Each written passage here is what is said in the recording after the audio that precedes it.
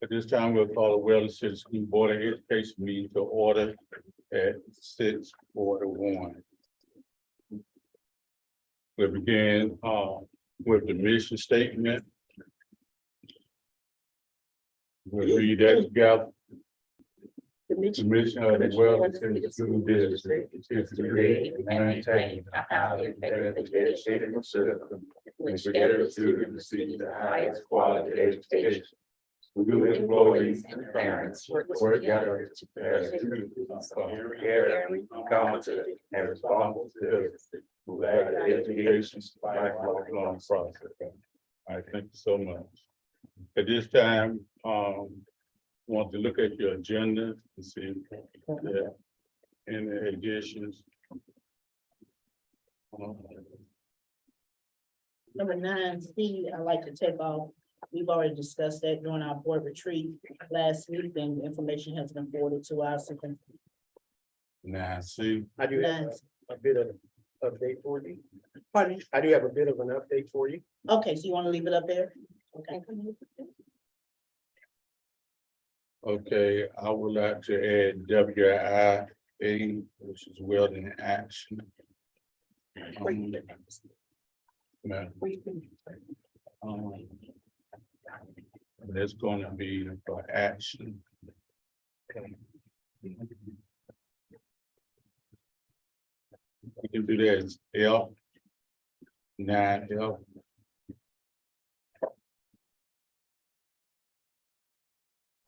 It's very right here, it says something about The board training. the board training. It's up here for D under Kimberly Robinson, so you can just share it at that time. That'll be fine. Okay, so I do board training and then search for the new superintendent at the same time. Okay, just for updates as well. Okay. Mr. Chairman, I'd like to move board comments to, right under the consent agenda, right under number 10, before we go back into closed session.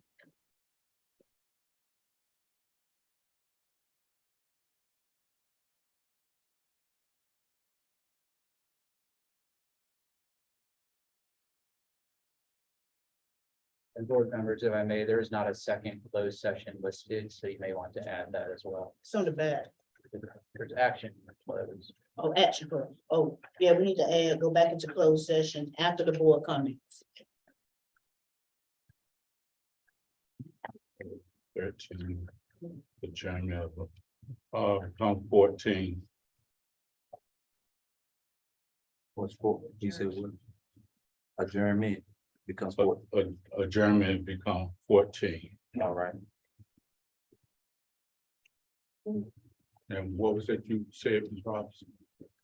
So we're gonna go back and add, go Into back into closed Closed session session, yeah. after the board comments.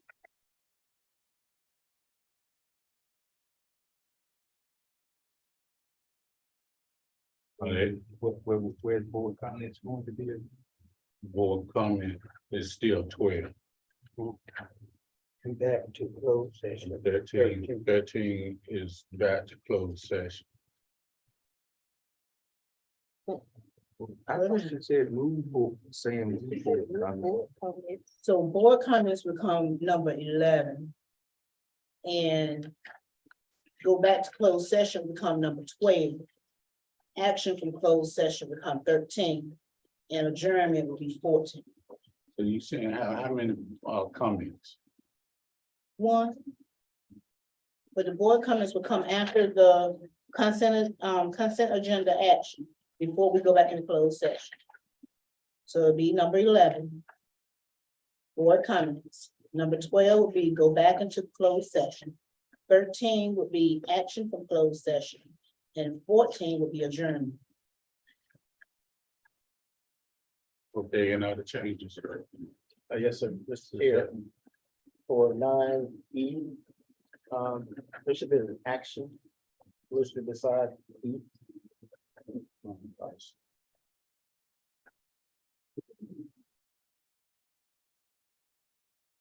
But since there was a question about some, that we said we're gonna have to discuss in closed, because it was related to employees. Remember Jason said, Attorney Weber said that because it involved some employees that would have to be discussed in closed session. Right, so that means we just go back to the open session agenda that we had, right? And discuss it then. Right, but are we gonna approve or not approve this one before that discussion is held? This could be Sounds like- closed session, we want everyone to be on. But we're just gonna wait until, Yeah. okay, Well, if there is action to be taken on a contract, that has to happen in open session. So if the board's closed session discussion may impact the action that the board will take in open on this particular item, then I guess one option for the board would be to move that item also to the end of the meeting prior to adjournment. but we're not gonna vote anyway until we come back out the second time, so, right? So you want to move that item, but we have to vote on it separately, right? But we're not gonna vote at all until we come out. Sure. The second, after we come back out, that's what Mr. Williams was, and I was saying. Well, right, so action from closed typically means personnel actions, right, that have been discussed and Not presented in closed, not contract for contractors. That's all typically open session. So if this item 9E would involve action on a contract with an independent contractor, then whatever action the board takes would need to happen in open. And if the closed session discussion may impact that discussion, you may want to move that item also to after close. So you're saying move 9E, Make it 12A, you say move 9E. but yeah, move 9E and make it 12A. That's open session.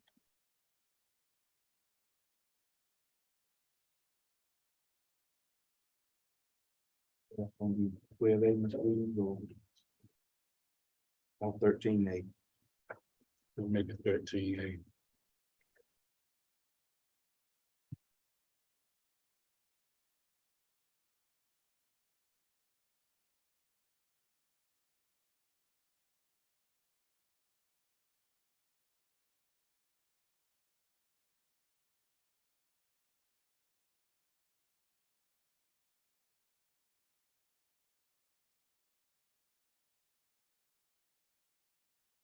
Okay, any other comments?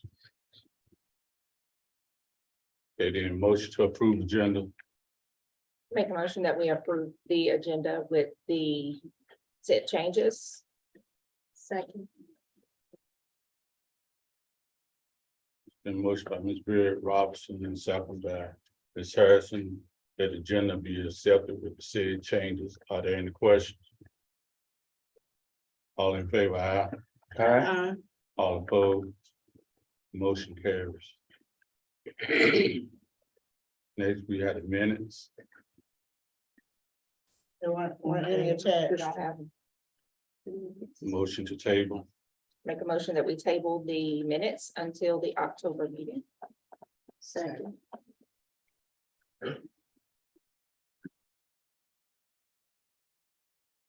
Motion by Ms. Beard Robinson. And second by Ms. Harrison to table the minutes. Are there any questions? All in favor, aye. All opposed? Motion carries. Okay, now we have Ms. Lee Easter to come up at this time for recognition and upcoming school.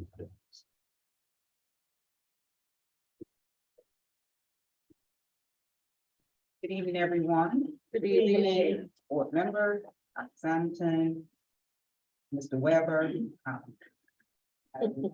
And it is a wonderful group of people. It is so wonderful to have so many people do it out. So thank you, thank you for it. At this time, I am going to share documents with the board. They can follow along.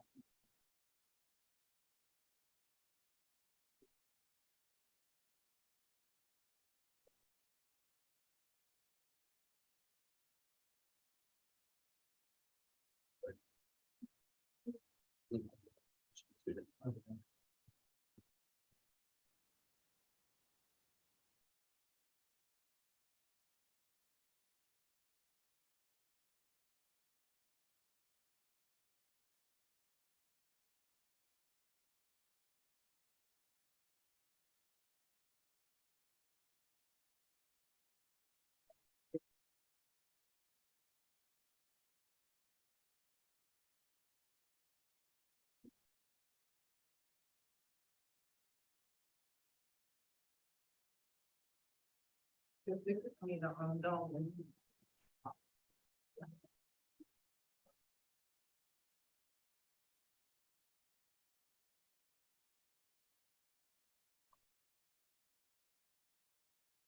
right, we'll start with our recognitions.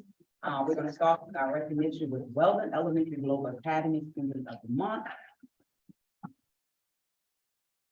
Our Student of the Month for Weldon Elementary Global Academy is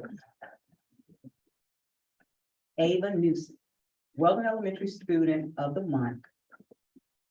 Get my glasses, y'all. It's here.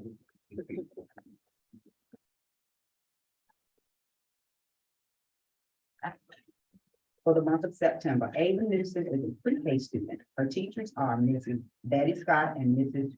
Janice Green. Weldon Elementary Global Academy is happy to announce Ava Newsom as Student of the Month. Ava has such a big heart, caring, independent, well-mannered, respectful, and hardworking. Just a few things to describe what a great student she is. Ava actively participates in class and is eager to learn as well as help others. Ava.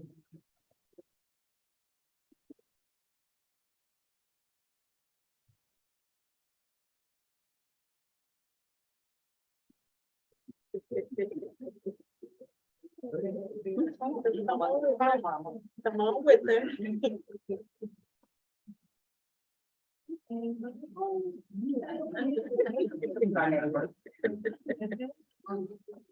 Yeah.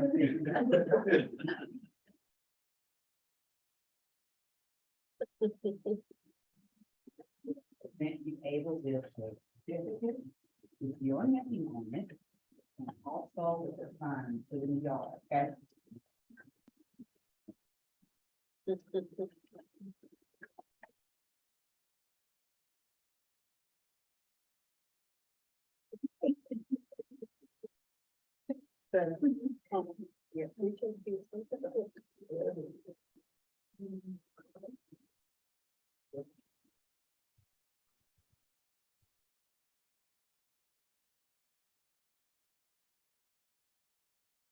Ava.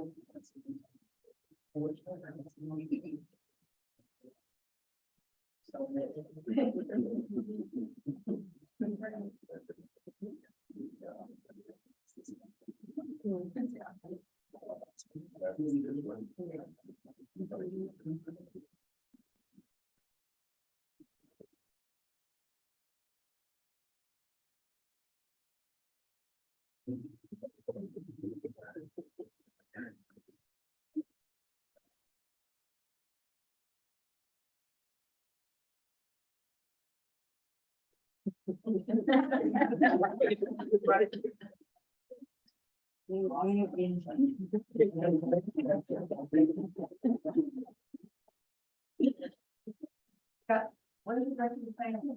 Rob, you? Yeah. The rest of the family, come on. I'm here. Come on, Rob. Right, come on,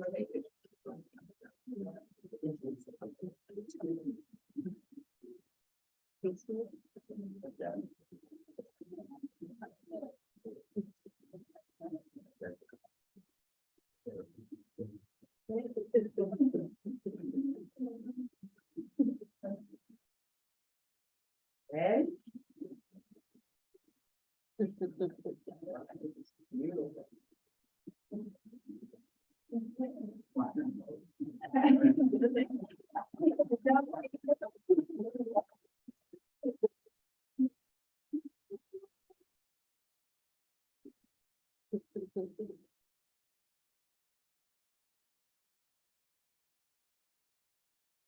Our next student of the month is from Weldon Middle School.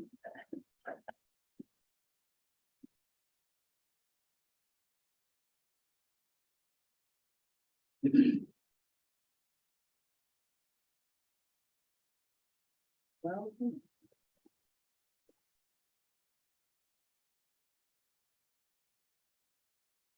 Let that shoot out. Here we go. Angel Martin, sixth grade. Angel is a very bright and hardworking student. She is always on task, completing assignments, and also possess character traits of a star student. Ava Martin. Congratulations.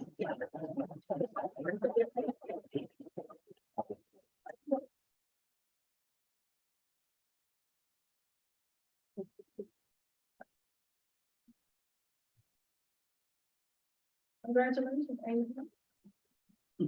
Angel, this is the right one.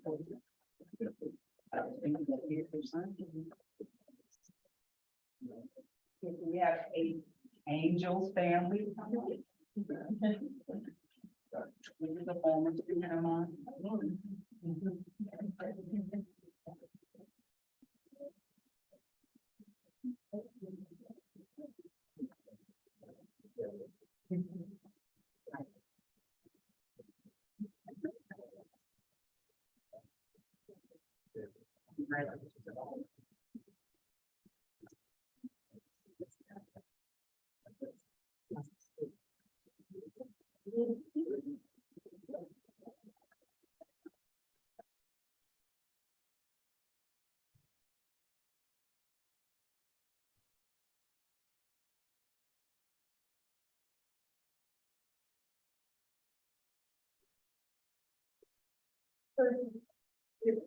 I'm not gonna skip you. Our next student of the month is from Weldon STEM High School Career Academies. Kaishan Bavier. Is Weldon STEM High School Career Academy Student of the Month for the month of September. He's a 12th grade student. Kaishan is an enthusiastic scholar who always takes the extra step in his work. He exemplifies what it means to be a leader and student athlete through his diligence, both on the field and in the classroom. Mr. Bevier also comes into the classroom with a positive attitude and ready to learn. Kaishan often attends school every day with a positive attitude towards the staff and his peers. He also offers a helping hand. Kaishan had to cope with losing his grandmother about 2 weeks ago. Oh my God. I'm sorry to hear that, Kaishan. He takes his education and future seriously. Bevier is dedicated. He has a good personality and is eager to participate and help. He is courteous and does his work promptly. Kaishan is a respectful young man. Anything you ask him to do, he does it with no issue. He works hard to get good grades.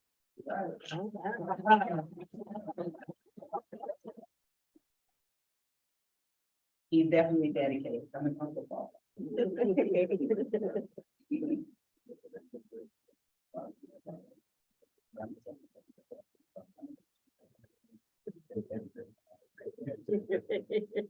take this picture.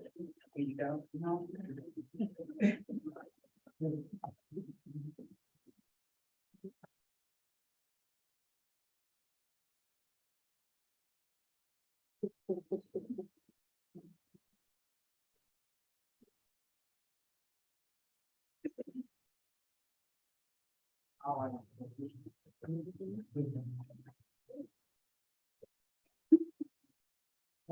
Thank you.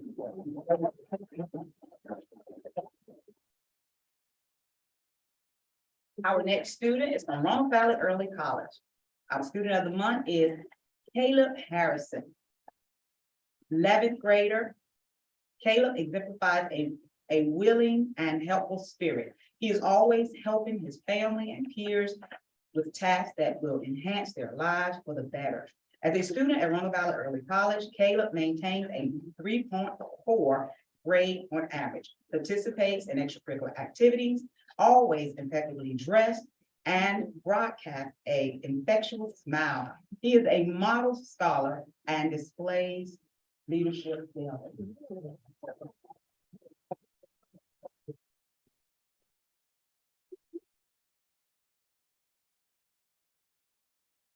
Yeah. Here you go.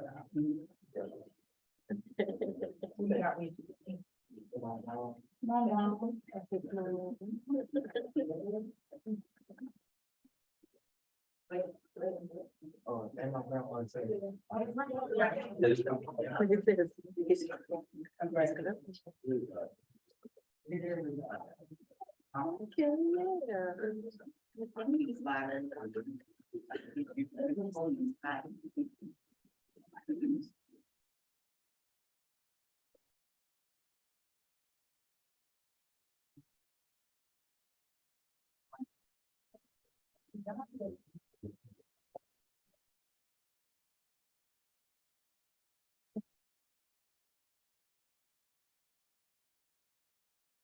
Our next recognition, we will be acknowledging our Employee of the Month. And this is Mr. Malik Robinson, our Central Service employee.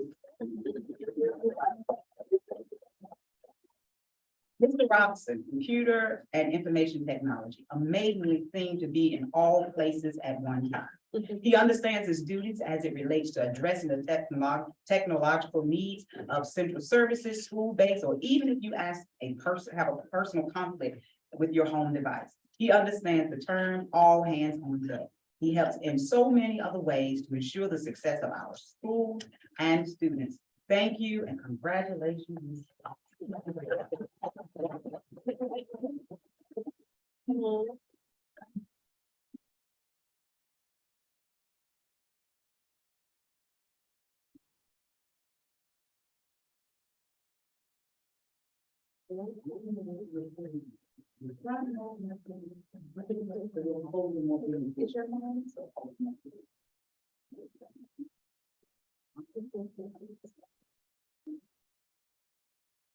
Thank you.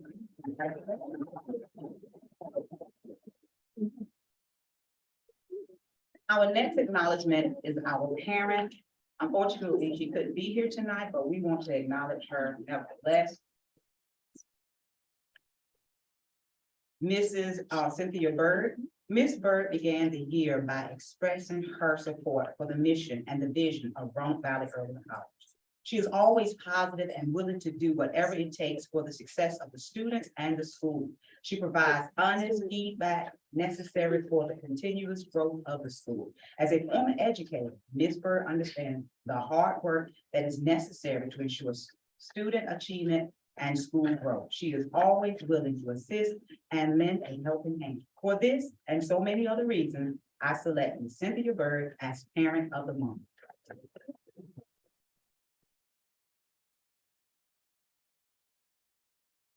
Thank you all. That ends our acknowledgement for our monthly nominee.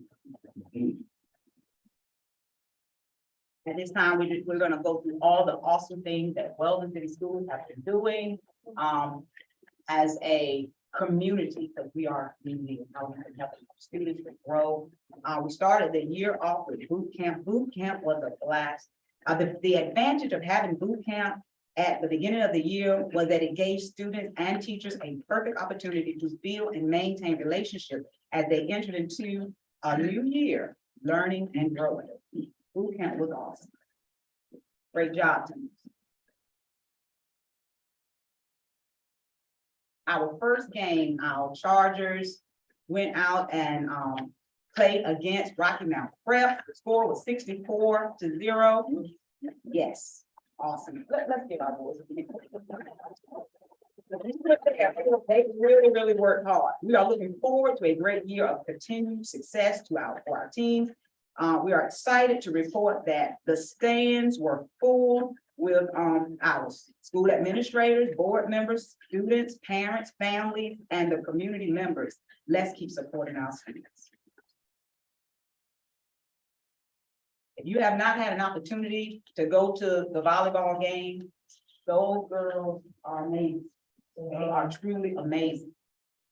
Our Lady Chargers truly define the term, play hard or go home. They give 100% energy, teamwork, and discipline as they demonstrate their strength and ability as a team that is determined to win. Again, the stands were full with our administrators, our teachers, students, and parents from both sides of the teams. Our interim principal was also there to cheer our girls to victory. Girls, man. They will keep you on your toes. They just keep you at the edge of your seat, the football team and the girls, volleyball. Exciting game. And this is just a few highlights of the volleyball competition, as well as our football competition on those nights. Just a statement, don't give up, don't give in. That's how the chart is moving. to keep pushing. We're a small community, we're a small school, but we got a lot of fight. So our parent, Title I night. We've already had our parent Title I night for Roanoke Valley Early College, which was on September the 20th. We also had this evening, Weldon Middle School, which was, of course, at 4 o'clock. They did a very good job in order to have opportunity to come to the board meeting. Weldon Elementary School will be on September the 28th, and that will be at 5 o'clock. And Weldon STEM High School Career Academy will have theirs tomorrow at 6 p.m. And please encourage family, friends to come. They will also have a light, all of them will have light alert, light refreshment, so please participate.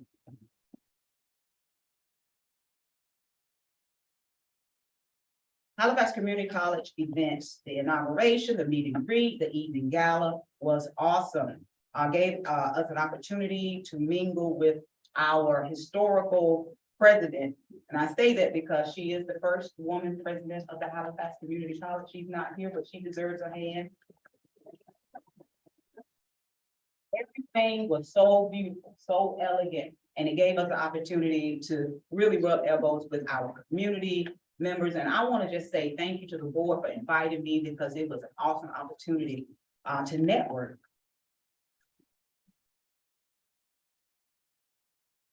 We also had Elizabeth City University representatives come to Weldon STEM High School Career Academy, and that was exciting as well. Not only did they have the opportunity to just listen to the representatives sharing everything about aerodynamics and what they do on the college campus, they were able to go into the van. There was a van out there with, updated technology. It was just beautiful. And they got a chance to actually use that technology, look at that technology and interact. So that was a great opportunity for our students.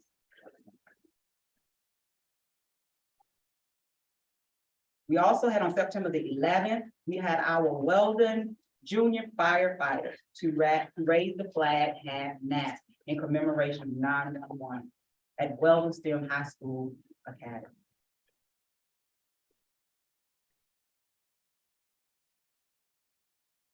As you know, we always want to keep up with the data. The data is important. So I'm going to quickly go over that, and I'm not going to hold you long, but I want you to know how important it is.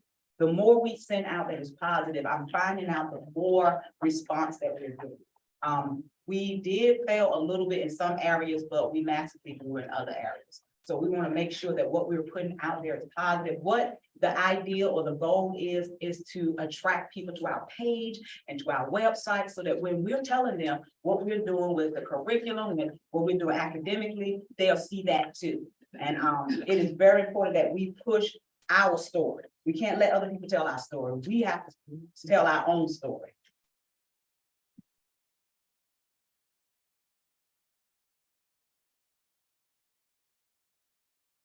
And this next page definitely just shares with you August and September, the ups and downs and how we grew. Right now, we are reaching 13,000 people. So I think that is an awesome situation that we have an opportunity to reach people.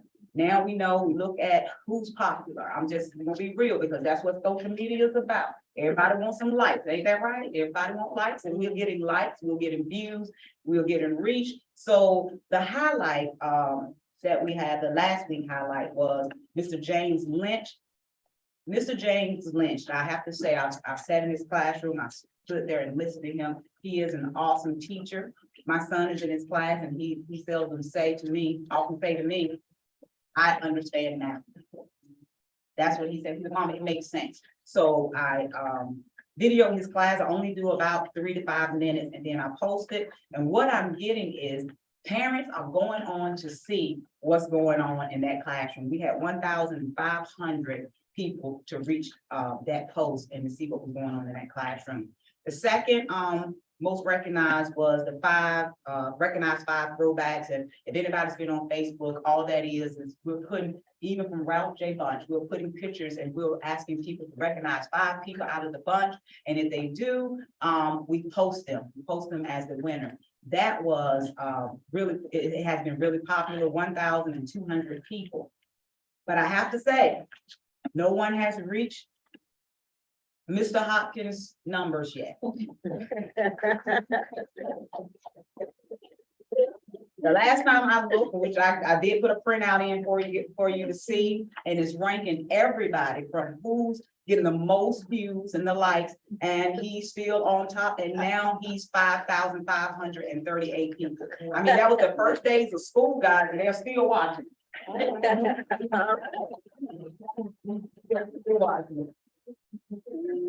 And that is going to end our recognitions and the great things that, it's not gonna end the great things that we're doing at work, but we're gonna continue to be great. We're gonna do it together.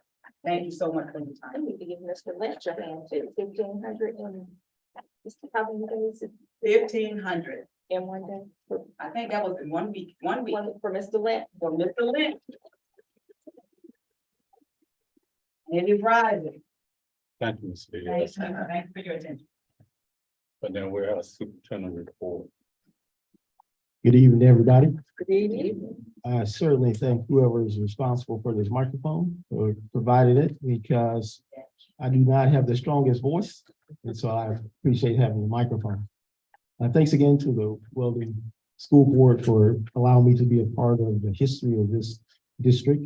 As I look at the school crest, or the district crest, I see that the district is 120 years old, 120 years old. And so in this season, I consider it a privilege to be serving in this district at this time to do the work that you've asked me to do. My comments will be fairly brief. I want to say, first of all, that I can think of no better way to start a meeting than to recognize students, staff, and parents. And so I think this is a great way to do the work, recognizing why we're here. And why we're here is for the children. And so I know that we started with two students that both their names started with A. And that's what we're striving to be, Ava and Angel. And so we will continue on that path. So this is my 6th week. It's hard to believe that I've been here since August the 14th. And I appreciate the board providing me the opportunity to come here on the first day of school. And so I want to talk a little bit about the first day of school, the first days of school. The educators in the room are familiar with a book by Harry and Rosemary Wong called The First Days of School. And on the first day of school, I spent a day following Dr. Carpenter and Mr. Williams around to each of the schools. And I was pleased to see, as I said to you when we talked for the first time, that one of the things that I thought was really important is that we had a very successful school opening. And what did I see when I was out at the elementary school, and the middle school, and the high schools, and early college, is that the first days of school look like first days of school. The students were excited, teachers were excited, students were in their places, teachers were in their places. Of course, there were the typical hiccups that you see in the first days of school. Some bus routes were late, some students might not have gotten picked up. And so we continue to work on those things. It's hard to believe that we're already in the 2nd month of school. We're already in the 2nd month of school. There's some trends that we're seeing that I think you'll be pleased with. And so most of the reports that you're going to see tonight focus on the first days of school, opening of school. So what we've been working on, what you are interested in hearing, what we are doing to support our students and our teachers. The last thing I want to share, and I hope you will indulge me, is a couple of weeks ago, one of my highlights was I went to read to a kindergarten class. And we read Mouse Paint. Now, I had not read Mouse Paint, but the children were excited. But it reminded me of something from a book by Robert Ogle, and I'm going to read it to you, so indulge me. And it's about all I need to know I learned in kindergarten. All I need to know I learned in kindergarten. Share everything. Play fair. Don't hit people. Put things back where you found them. Clean up your own mess. Don't take things that aren't yours. Say you're sorry when you hurt somebody. Wash your hands before you eat. Flush. Warm cookies and cold milk are good for you. Live a balanced life. Learn some and think some and draw and paint. and sing and dance and play and work every day some. Take a nap every afternoon. When you go out in the world, watch out for traffic. Hold hands and stick together. Be aware of wonder. Remember the little seed in the styrofoam cup? The roots go down and the plant goes up, and nobody really knows how or why, but we all are like that. Goldfish and hamsters and white mice, and even the little seed in the styrofoam cup, they all die. So do we. Everything you need to know is here, is in there somewhere. And it is still true, no matter how old you are, when you go out into the world, it is better to hold hands and stick together. Thank you. Thank you, Dr. Salmon, for the word. At this time, my report, I'd like to start off first by thanking everyone that's on the internet and that are present here tonight, being on Tuesday night. I do want to apologize that we didn't have a meeting on Thursday, which is our normal meeting night, due to we didn't have a quorum at that time. So we moved it tonight, but we appreciate y'all sticking here with us and coming back to support us at this time. I want to say happy birthday, happy anniversary, and thank you for your continued support of the Weldon City Schools. Thank you. Next, we have financial report from Ms. Campbell. I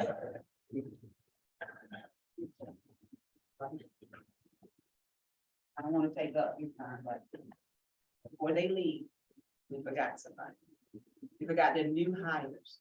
Mrs. Barry Hale from Weldon Elementary Global Academy, our new custodian, and Mrs. Natisha Maryland, Charger Academy. Could you come up, please? Ms. Faulkner. Ms. Faulkner. Ms. Faulkner. No, she's. And we have Mr. Neil Faulkner, our new along with federal program student support, right? Student service. All right. Thank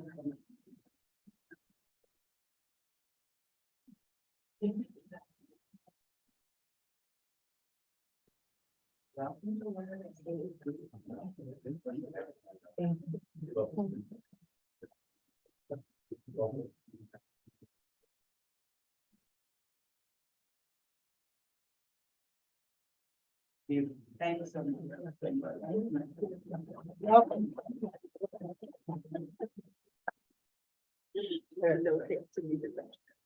Good evening. Superintendent Dr. Simon, Board Chairman, Premier, board members, staff, and guests.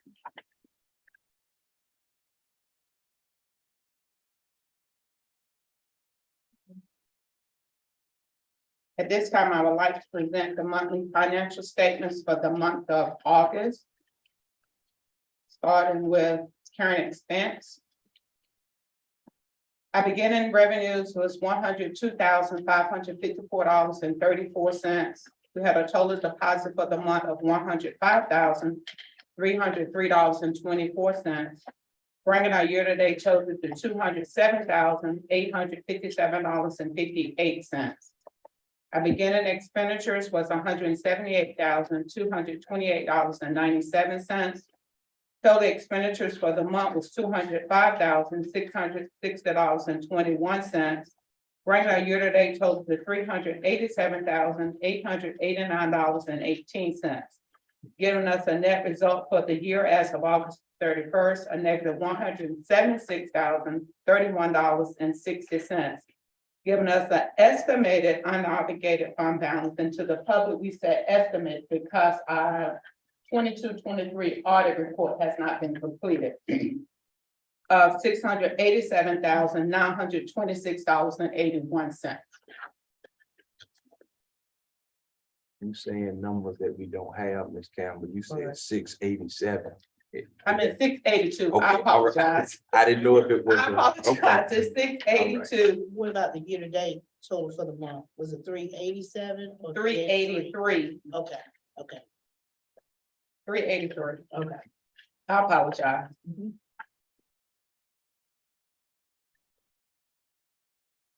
Our local expense special funds, beginning revenue is $276,766.74. Had a total deposit for the month of $8,628.53. Bringing year-to-date total to $285,395.27. Beginning expenditures is $60,090.31. Total expenditures for the month was $67,816.06. Bringing our year-to-date total to $127,906.37. Our net result for the year as of August 31st is $157,488.90. Bringing our estimated unobligated fund balance to $776,776.68. 11 sevens and sixes. Capital outlay, beginning revenue is $25,308.84.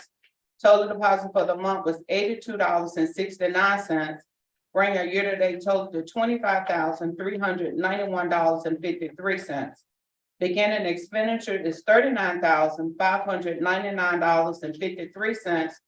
Total expenditure for the month was $18,871.56. Bringing our year-to-date total to $58,471.09. Giving us a net result for the year as of August 31st of a negative $33,079.56. Bringing our estimated unobligated fund balance to $1,033,886.64. We didn't have that number. 1 million. $1,033,886.64. So we all right? Mhm. You on capital outlay? Oh, you did the final. I was looking at the fund balance. Yeah, the final, that's Okay, okay. unobligated. Okay. Ms. Campbell, can you tell us why we're in the? One, we have not requested the capital outlay allocation. I'm planning to try to get that out this week, if not the first of next week, the letter to the county. Once you receive that, we shouldn't be in the red at all. We shouldn't know. Unless our expenditures be more than our revenue. Got it. Thank you. Child nutrition, beginning revenue is $20,445.61. Total deposit for the month was $56,151.02. Bringing our year-to-date total to $76,596.63. Our beginning expenditure is $21,748. Total expenditures for the month is $55,787.91. Bringing our year-to-date total to $77,535.91. Giving us a net result for the year as of August 31st, a negative $939.28. Bringing our estimated unobligated fund balance to $118,646.82. That's the conclusion of the financial reports for August. Are there questions? Yes, the red. We're working on child nutrition, as I shared with you at the retreat. Remember, child nutrition lost over $200,000 last school year. And beginning of school for child nutrition is normally rough. July and August is probably some of their toughest months besides December. So we're better than what we were for the month of July. July was much larger. So we are working closely with them to help figure out ways to increase their revenue. We share with the principals, look at when you're having parent nights of these meetings at the schools, buy snacks from child nutrition, or they can prepare meals for adults. So they're looking at ways trying to increase their revenues. Are there any more questions?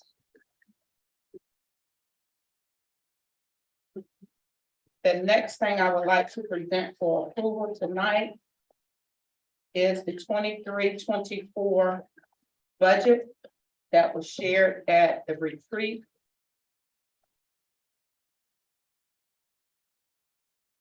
And the budget resolution is estimating the total budget for the 23-24 school year at this time at $11,511,907.63. There are some budgets that we are requesting to use some fund balance to help balance the budget. If you recall, when we met back in June, with our current expense budget, we were short over $1 million. Balancing that budget. No, it wasn't 1.4 for this particular budget, but it was over $1 million. And the board directed us at that time to go back and do some changing, do some cutting. And I have met with Dr. Simon about 3 times, and each time he sent me back to my office to do some more cutting to try to limit the amount of fund balance that we're using, because we are to the point where we cannot continue to use fund balance. And I made the request at the retreat that everyone stay within what the board approves in this budget so that we won't use that fund balance. If we see where we can move people out of the local budget so we won't have to do it before the end of December, that is my goal. So at this time, I present the 23-24 budget to the board for approval. Are there questions? He gave it to us during the retreat. When I went back and perused it again, looked at it thoroughly, I looked at the athletic line item for supplies, and it was cut like over 50%. Is there a reason why that was so cut so deeply? Don't think it was quite 50%. Based on what they had last year, but I did cut it. I don't have a justification. I just tried to, as you shared when we met in June, that they had got a lot of the things they needed last school year, that there wasn't much they should need this school year. So that was one thing I remembered from that conversation, just trying to make it work. But I know in the past when we've had our finance committees with the board, you met with us, with the department heads to see what their needs would be for the year. So you would be able to justify cutting or not cutting. Was that done this time? No, we did not do that. I did not do that. I would add though that when Ms. Cameron and I did meet, there were several departments in several areas that had cuts in order to get to the number where you get the resolution tonight. Unfortunately, athletics was one of those, but there are probably 8 to 10 areas that in order to get to the number that we got to, that had to have some cuts. And I only cut it by $13,000. So it wasn't 50%. What was the total of it? For supplies and materials, they had $33,045.58, and I put 20,000 in there. Okay.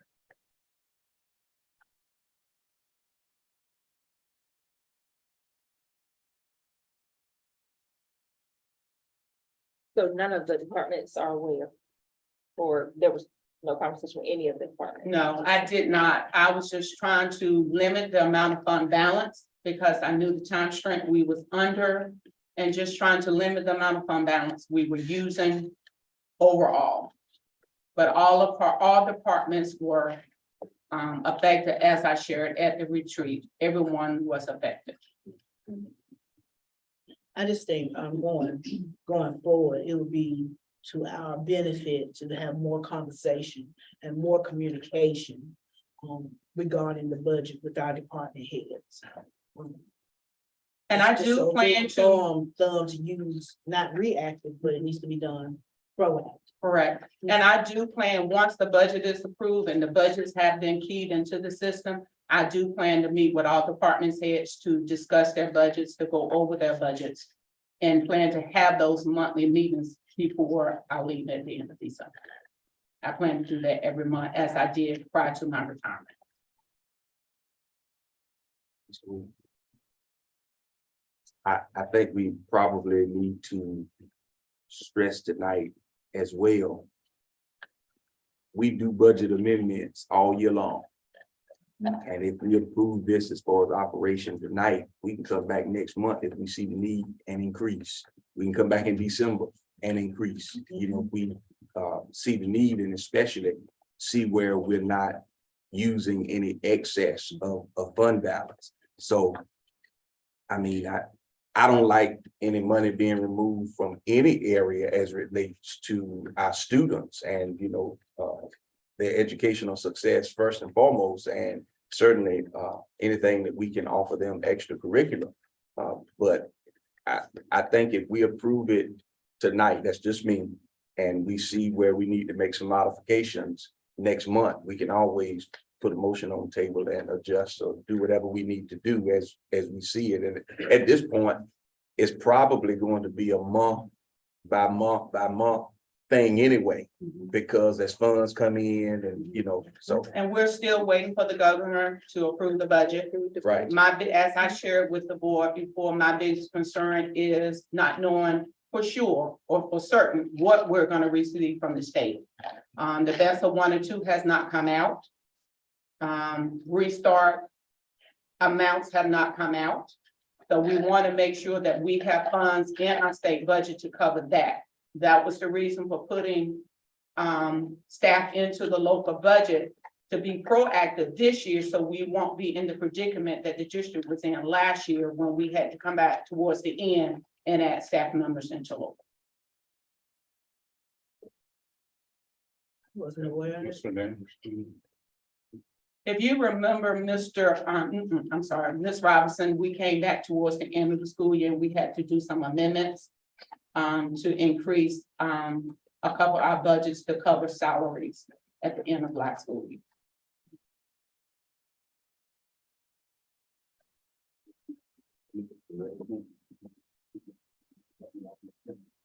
Usually I would be receiving 20,000 this line. If that's the case, I would be receiving on 56%.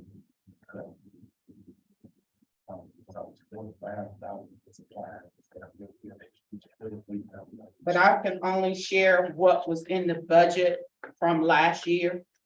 I don't know what happened with the budget last year, but I can share what the final total ended up being as of June 30th, because I was not in the position. Yeah, So based on, What was Yeah. what was his question? I couldn't hear him. he said that it was actually, she said 33,000 and it was cut from 33,000 to 20,000. But I think in all actuality, if I remember correctly, it was $45,000 there, but he only spent 33. Or if that's close there out. Well, I spent it all, Okay, but something came up at the end. and probably what happened, the supplies had to be moved to another line item to cover another expense. But I just want to make a correction that this was a 56% cut from my supplier. And not only that, I had to spend $10,000 to $15,000 out of the hard-earned money that my athletes made out there with sweating and bleeding and getting hurt up. That money is used for them. And I had to use that because my budget, I didn't have the budget to make those purchases early on this year. So I need that money back in the budget so I can continue to help my students get what they need, especially to help replace some of the money that they earn for my local high school budget. Okay, So if I can get at least some of that money put back in there, I would appreciate it. okay, thank I can you, Ms. share. I think, Mr. Williams, the money that Mr. Lynch is referencing, they are some invoices that was outstanding. According to accounts payable, there was no purchase orders for those invoices. And we received past due some invoices from the company. Is what he's referenced to some of those invoices that was paid. But they were submitted by me and signed by the proper personnel. okay, at this time, thank you, Ms. Lynn, but we're gonna move ahead and we're gonna make a motion on this budget. And we need to come back later on and do some amendments to the budget, then we'll do it, but we're not gonna prolong this process. So, I make a motion to approve the budget for the 2023-24 school year. Second. okay, it's been motioned by Ms. Hale and second by Ms. Harrison, that the budget for 2023-2024 be approved. Are there any questions? Yes. Go ahead. Dr. Simonson, can you look in other areas, like if it's something that we need for instruction and all of that, can we make sure that we have enough to cover? Even though I know Ms. Campbell had to do several cuts throughout the budget. But in addition to that, if you can check and make sure we have what we need in curriculum as well, and things that, to make sure they have what they need so that our students can benefit from it, so that our teachers will have the supplies and stuff that they have, even though I know we have to cut. Okay, any other question? Okay, all in favor? Aye. All opposed? Motion carried. Thank you so much, Ms. Campbell. I'm gonna leave the budget resolution. All right,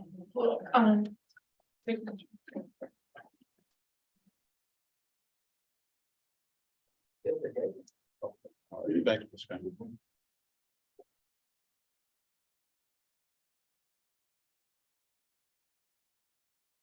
Okay, next we have federal programs by Ms. Geneva Riddick Parker.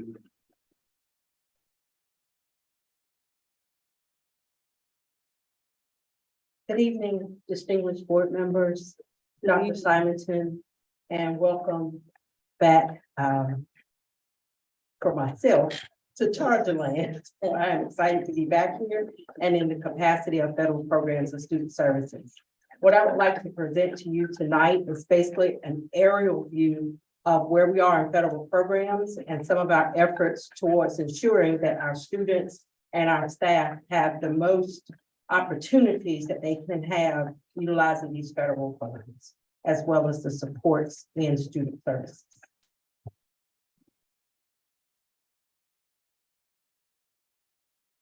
First, I would like to provide to you, following behind the financial piece, is what we have available to our district in what we like to call the consolidated programs.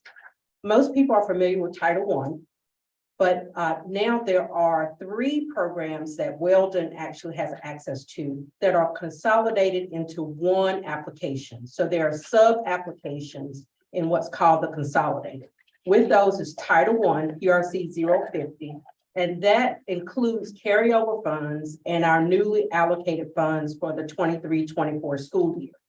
We have $1,568,717.90. Of those funds, we have the ability to spend Title I to support students, to support teachers in the academic areas. Those Title I funds should align to expenditures or plans for goals within the district strategic plan and within each school improvement plan. For Title II, PRC 103, we do provide equitable services to the one private school that is located within Weldon City Schools District, which is Halifax Academy. Of the $132,827.57, a little over $19,000 has to be spent, or allocated, $198,000 has to be, $19,000 has to be allocated to the private school. We just finished doing those calculations with the private school, so those numbers are kind of in my head here. Title II funds are supported for teacher improvement, our BT support, professional development. So those are really towards making sure that our students have quality staff in front of them. So it's basically aimed towards teacher improvement, and some of that is professional development and the contracted services. Title IV is PRC 108. We have $157,611.13. Title IV is a little more flexible. It focuses on the whole child. So you have 20% of your budget has to be spent in the whole child. So focusing on areas like extracurricular activities that are not aligned to an athletic program. So if you had a robotics team, or if you had a math club, you could use those funds to support the initiatives. It can also support an art program, band, that is academic, meaning the classes, but not the marching band as an after-school difference. So things that are related to the class they can support. So we could buy instruments, things like that. So Title IV is a little more flexible. After-school programs that are academic related, of course, because you have 60% of that budget that can be spent in the academic area. Another 20% is the healthy child. So you can, healthy and safe. So you can focus on initiatives such as school nurses, such as social emotional. Those areas can be involved in Title IV. For rural and low income, PRC 109, any area that any of those other title programs can support, the rural and low income can also support that. So it can support teacher, principal, initiatives in that area. So that's $40,353.75. We are at this point working on the approval for our consolidated program. We had the application prior to my arrival. This is my 13th day. And I wanted to make sure that I had an opportunity to meet with all of those individuals that are impacted. So I've reached out to every school administrator to see if I could sit down with them to make sure that the budget that we have and the plans that we have that we submit to the state, and again, plans, as you've mentioned, can be adjusted, but it's better if I know the goals and the initiatives that the school improvement teams, they really guide this work, the district improvement team and the school improvement team. What are some of their needs so that we can ensure that the money goes where the needs are in order to make those plans come to life to improve student achievement and student opportunities, our budgets have to align. So my goal is to make sure that I am working collaboratively with the my supervisor, Dr. Carpenter, Dr. Simonton, for our district initiatives, and each one of those instructional leaders in the building to put those areas into place. That's where we are with the federal consolidated program, and I'm working with Ms. Shauna Andrews, who's our regional consolidated programs for the Northeast region. She's our regional director. So I've been working with her to make sure that we have the time to put this plan into place so that when it is approved, the budget and the plans align to the needs in Weldon City District. Our current focus: reviewing and updating the Title I personnel list by school. If you've worked in a federal, a school with federal funds, you know, you have to submit time and effort reports. So we want to make sure that whomever is in a federal budget, that staff member is aware of their 100% in time and effort and the initiatives that that particular federal budget entails. And that the principals or the supervisors of those personnel know that they are coming out of a federal budget, so they can make sure that they keep their staff's assignments in line with those initiatives. So we're updating it by school and submitting carryover and initial budgets into the state system, which is called CCIP. CCIP, there is a login that I have that I can make changes, but there's also a public access that anyone can see plans that are current, that have been approved, and all prior approved plans. So I'm working on submitting that budget again that aligns to the initiatives of the schools and the district. Meeting with each school leadership team, as I've mentioned, reviewing the federal consolidated application that I've been working on with Ms. Shauna Andrews and our district team. Consultation with the private school, we just finished that. So that number is not added in here, but it's a little over $19,000 for the Halifax Academy. And they use it to pay for professional development. They did not want to have access. They could have had access to all of the other title dollars, but they only wanted access to Title IV for PD. Evaluating processes and procedures for adherence for federal, fiscal, and programmatic requirements. This year, our district is not being monitored on paper. They're always monitoring what we're doing at the state level, but we are slated to be monitored next year.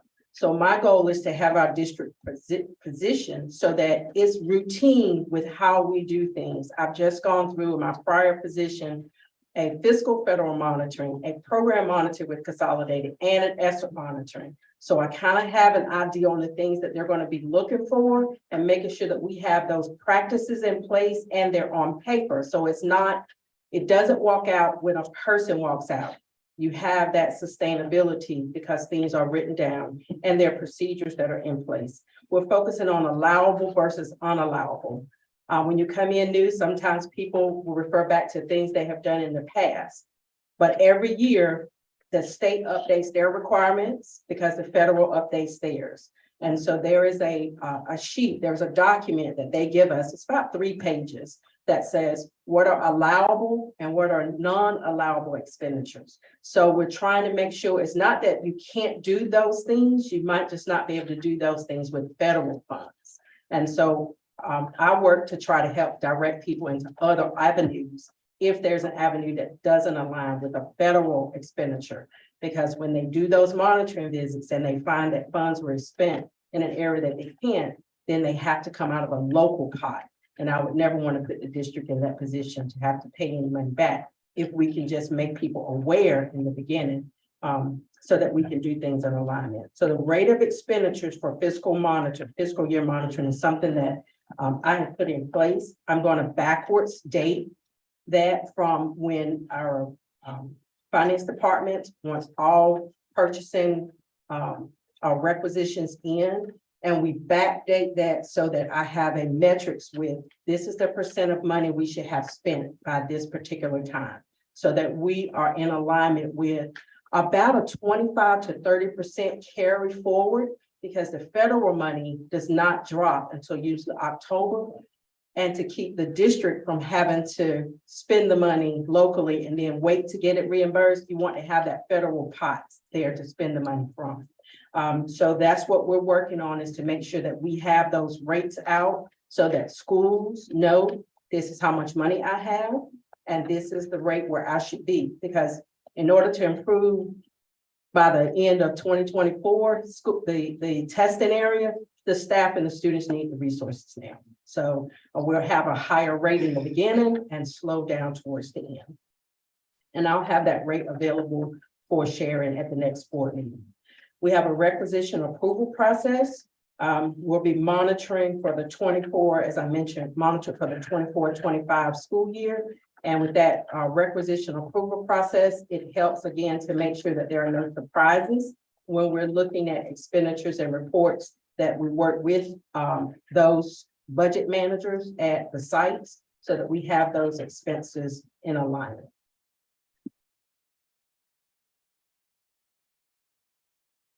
ESSER 1,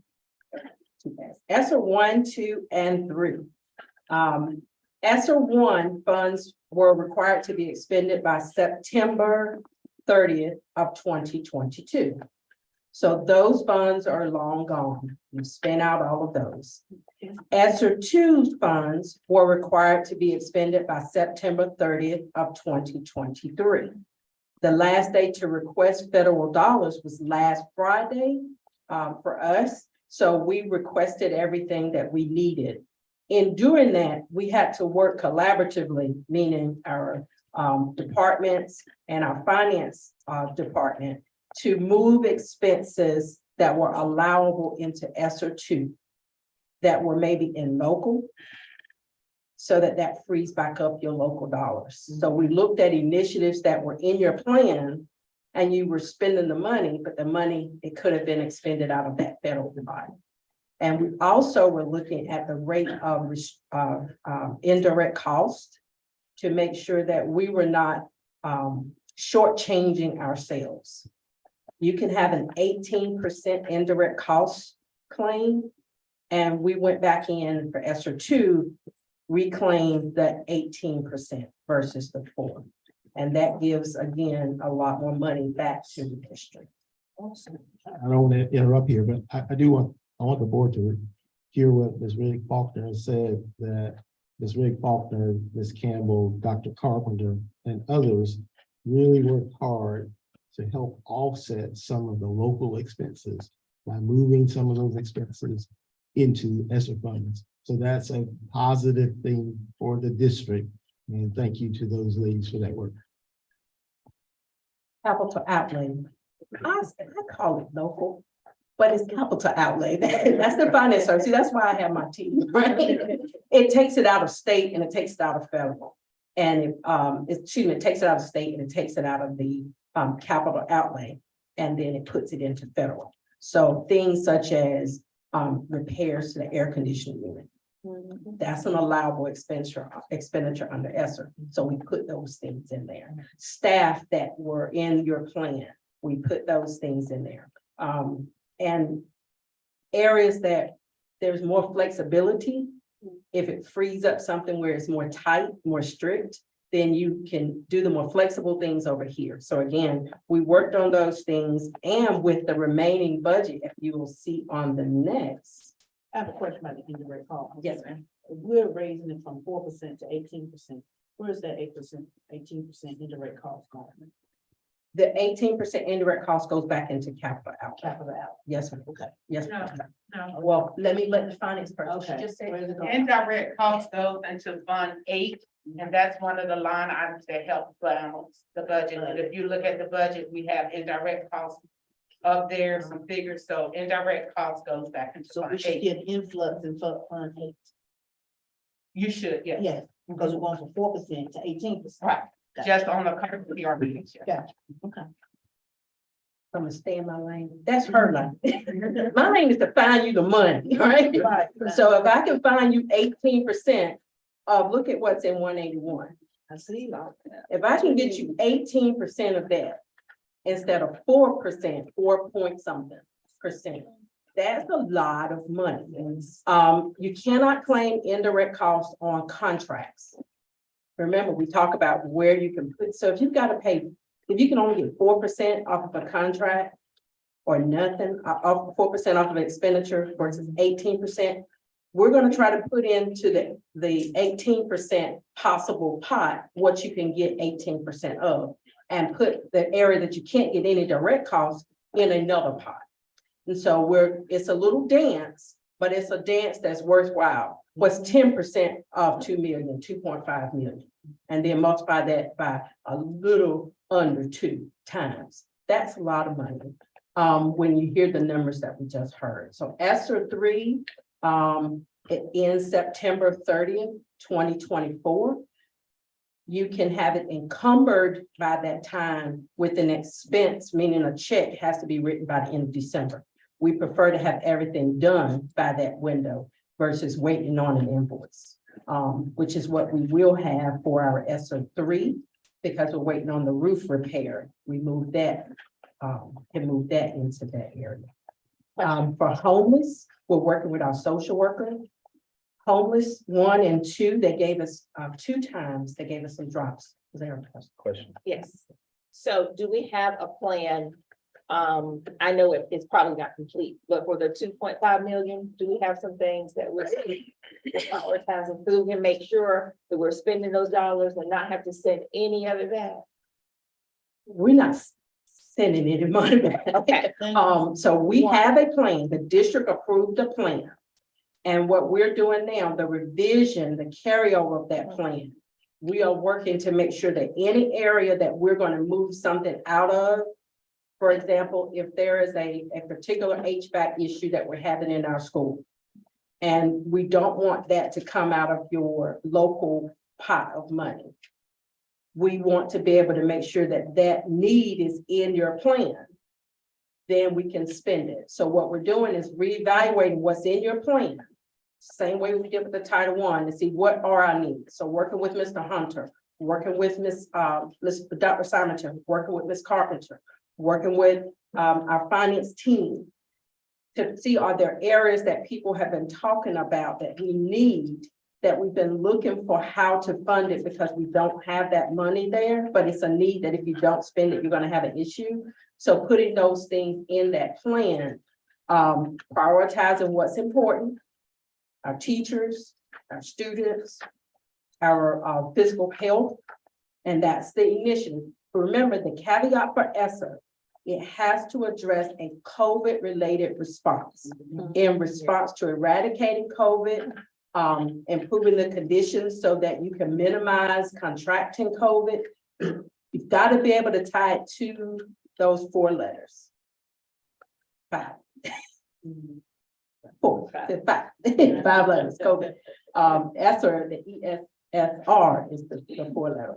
So for the homeless, it's things that the McKinney-Vento cannot cover. So we're not buying basic school supplies out of the homeless one. It's paying for training for people, making sure that there's a point of contact in each school. And that's the funds that we have there with our ESSER, it's 183 and 184. For the Summer Career Accelerator, 188, working with Ms. Davis on that area. That's specifically a CTE focused program, and it has to happen in the summer. So it's not something we can do during the school year. The math enrichment program is specifically geared towards grades 4 through 8. That is the federal designation when it came down, and our state selected 4 through 8. And it has to be either before school or after school. So that's not a summer program. It has to happen during the academic year, either before, so basically like a wraparound type of focus. And again, it's on math enrichment. In 195, yeah, see 195 is district and school turnaround. That's $45,000. And then 197 is failure-free reading. That's specifically for middle grades, working with a specific company that has a program called Failure Free. Dr. Lokovich, I think, is the owner of that company. So we have to expend about $13,000 there. Again, just working with middle grades reading. And what's the name of the company again, Ms. Sparks? What's the name of the company again? Failure Free Reading. The owner of the company and the researcher behind it is Dr. Lokovich. And that's for middle school. Only for middle grades. The state selected specific middle schools in the state of North Carolina. So every middle school didn't have this funding pot, only some middle schools.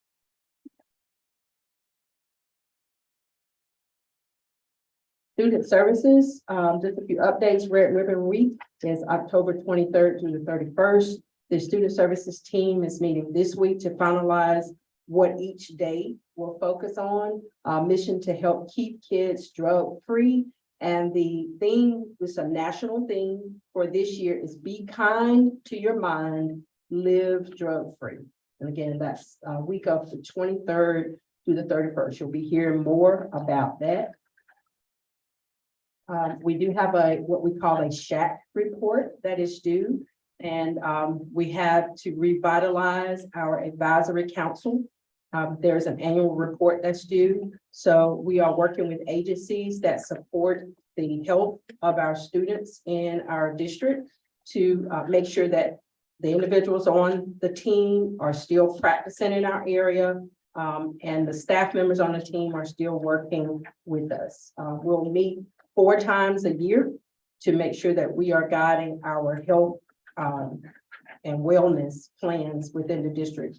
And that's the SHAC's responsibility to kind of serve as the liaison between the needs of the health community, what the health community is seeing, and that district. So we currently have 90 students identified as homeless.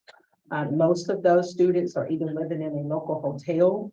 That number has grown drastically.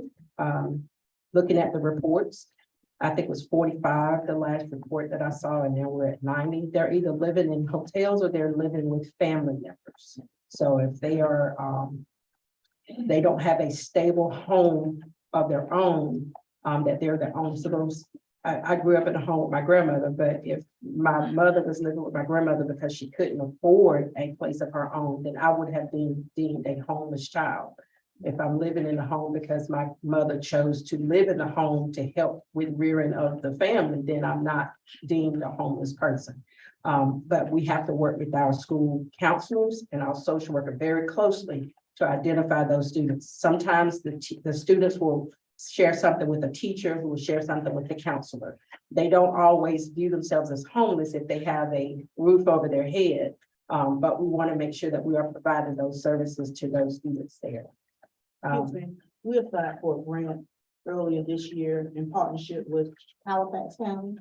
And we had to partner with them because we were only counting 45 McKinney-Vento at the time. Were we approved for that grant?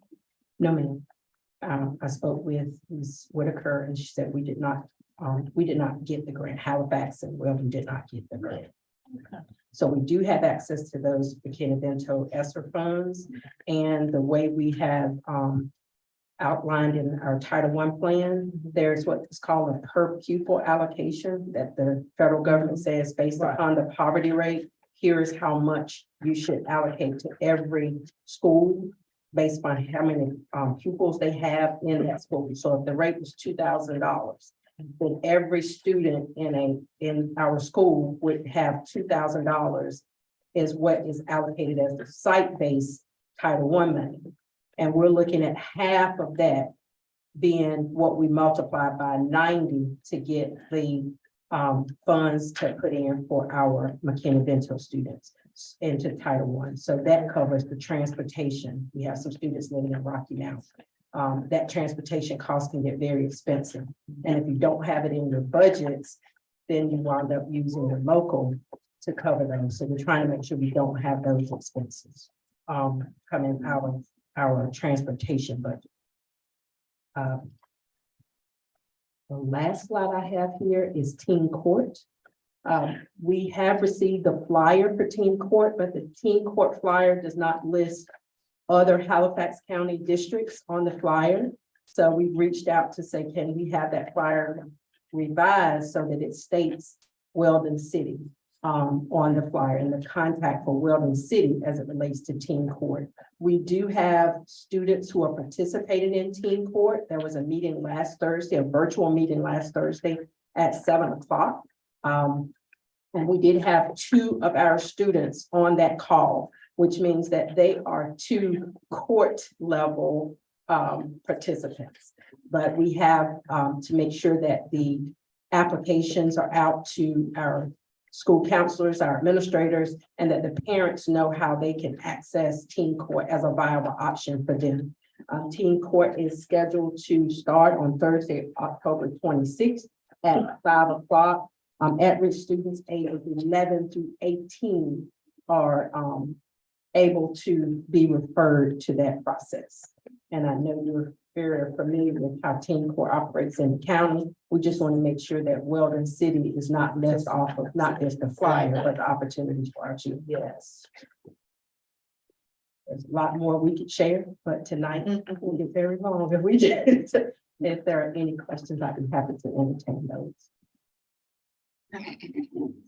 There have been no questions. I'd like to thank you for your report. Ms. Rita Faulkner, thank you so much. Thank you.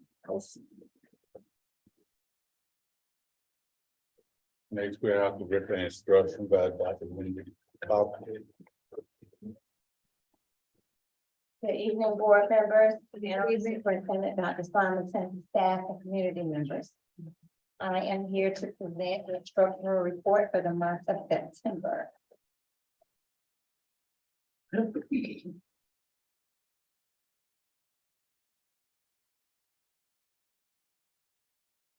Okay, so on September 6th, as you all know, the State Board of Education released the 2022-2023 school year data. The data, of course, provides indicators of student academic progress and school performance scores and grades. On the slide that you have before you, as you know, there's many different indicators, but right now I would like to just share the performance grades and the performance and growth scores for the for all the different schools here in Weldon City Schools. The first one on the list is Arvette, Roanoke Valley Early College. The performance grade is a C. They did not meet expected growth. Second, you have Weldon Elementary School, Global Academy. They have a performance grade of an F, but they did meet expected growth. Weldon Middle School and Weldon High School both have a performance grade of D, and they both did meet expected growth.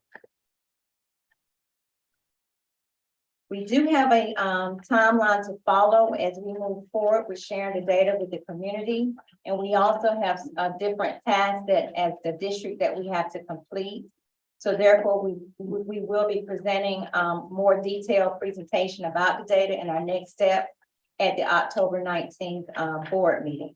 Board members, you do have in the back of your packet what that timeline will consist of. And I'll stop here to see if you all have any questions.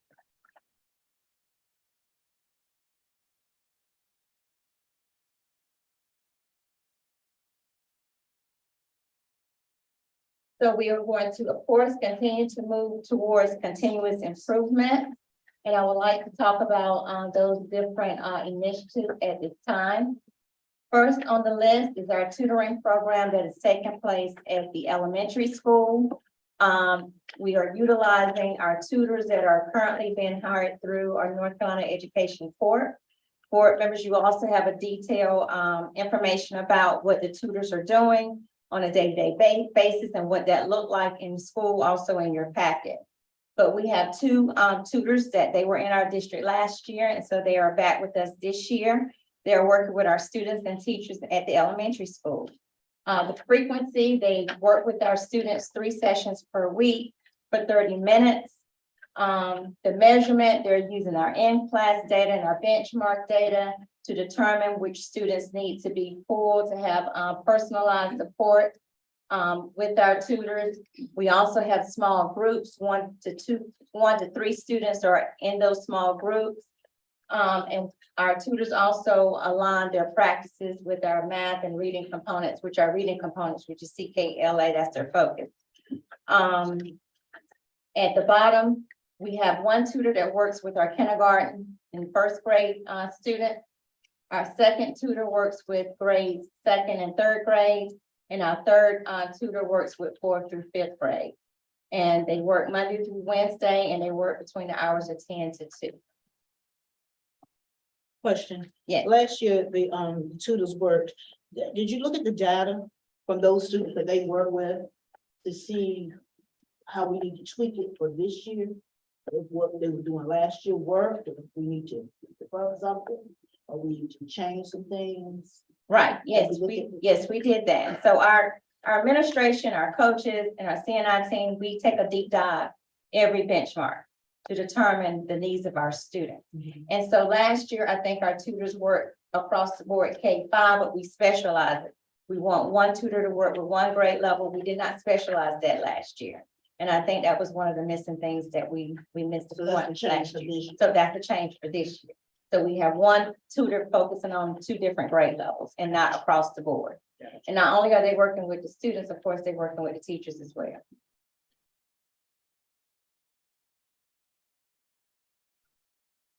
All right, the next item on the list is our after-school program. It was our desire to start the after-school program next week, October 2nd, but that is not going to happen, but we will be starting sooner.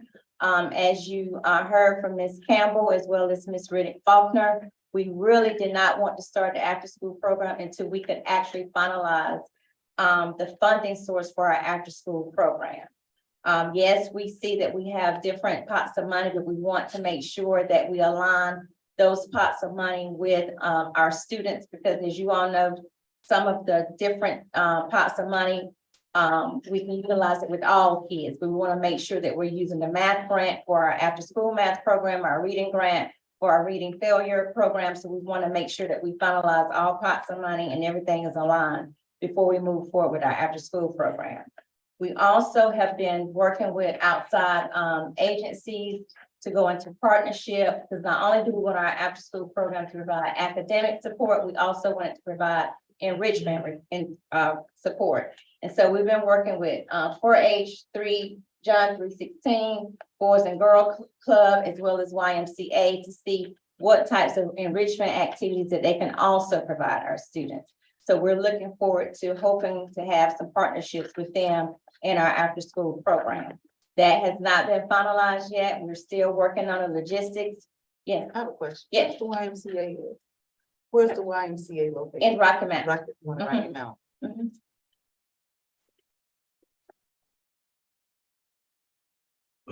Any questions about the after-school program? Yes. Yes. Is that just for elementary or are we including our? No, we're including all schools. Okay, so 3 to 6 is not gonna be just totally instruction. The students will have an opportunity to do something Yes, fun while Mhm. learning. Yes. And how many days? Monday through Thursday. It's gonna be Monday through Thursday. On the high school level, are we having, our core teachers, like our math 3 teachers and math 1 teachers, biology, are they gonna be the ones that are working with our students Yeah. or?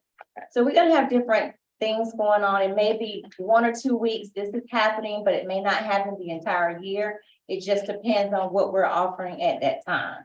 And so teachers will be able to be a part of many different after-school programs.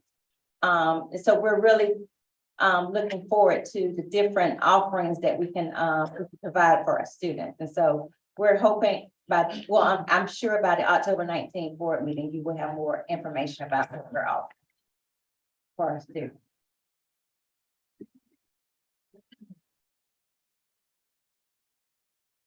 So next is our learning focused implementation plan. As you all know, that's our instructional framework. The CNI team has implemented 2 out of the 8 strategies for our students and teachers. And those strategies, I like to remind you of our classroom environment and learning goals essential questions. Our coaches work with our teachers daily on the implementation of these strategies, and you actually have that in your packet.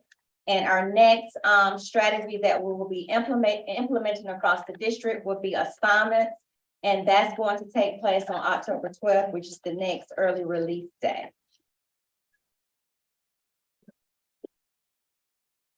Continuous improvement, we also have Cognia. I do not want anyone to forget about Cognia. The CNI team attended the Cognia Impact Conference on September 14th through the 15th in Charleston, South Carolina. And the purpose for attending was to learn more about the accreditation guidelines to ensure that Weldon City Schools meet accreditation by the end of this school year. I would like to remind everyone that Weldon City Schools are going through a district accreditation, not individual school accreditation. So that's why the focus is on district practices and organizational practices. And so the CNI team are leading that implementation for the district. So far, we have completed the district self-assessment. We are in the process of conducting more learning environment observation. That instrument is also in your packet. We have administered some stakeholder surveys that occurred tonight at the Title I night at the middle school, and it will also occur tomorrow night here at the high school and Thursday night at the elementary school Title I night.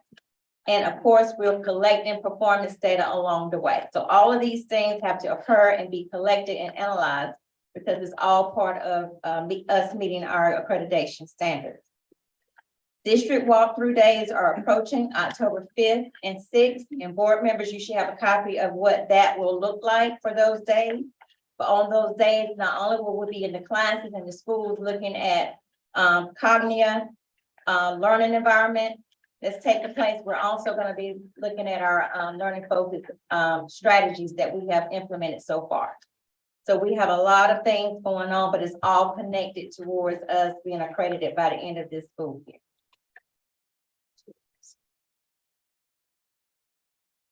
Question, Dr. Carpenter. You said you and the CNI team, were any of our principals involved with this? Because it is, I'm sure it's crucial information. So were they a part of the conference that you said that you all went to in Charleston? No, they did not attend the conference. Has the information been shared with them? Yes, they are well aware of what the guidelines are that they need to be a part of Cognia.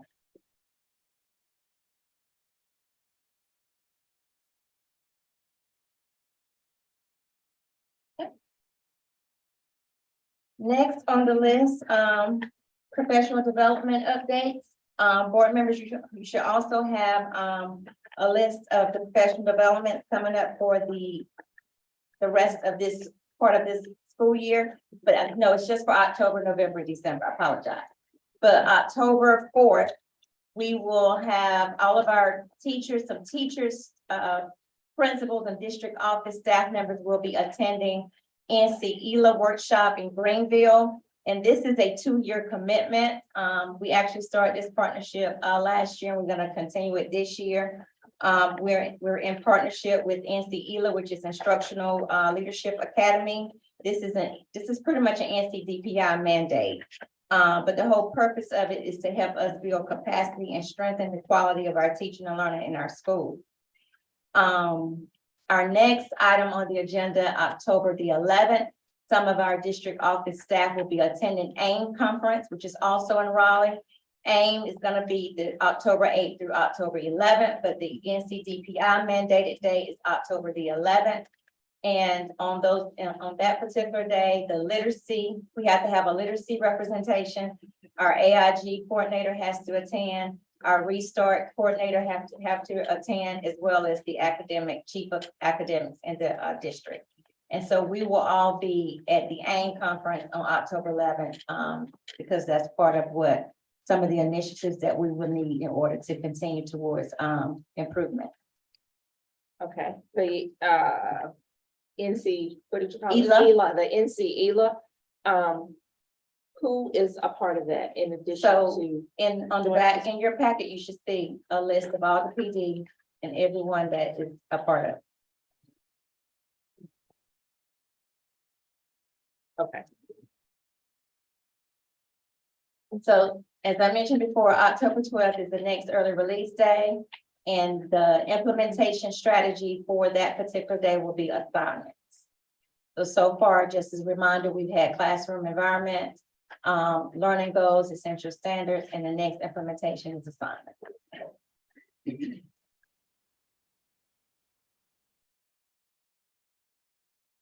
Testing and accountability. Monday, yesterday, started our first benchmark testing for the year. All schools, and we will end benchmark September 29th. As a reminder, we're using NC check-ins, which is created by DPI, who also writes our EOCs and EOGs. That's what we're using for benchmark. And for non-EOC and EOG areas, we're also using SchoolNet, and we're thinking about using Edmonton as well.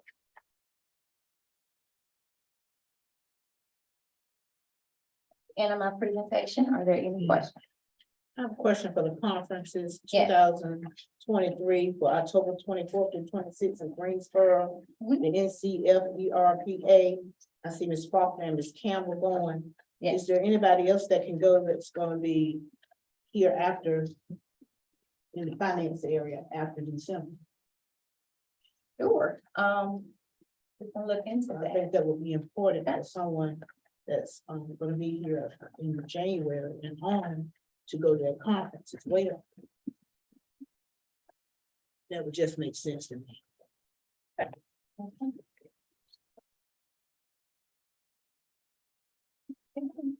One question, thank you, Dr. Coleman.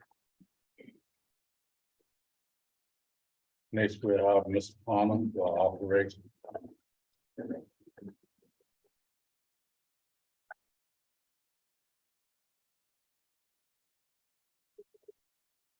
Good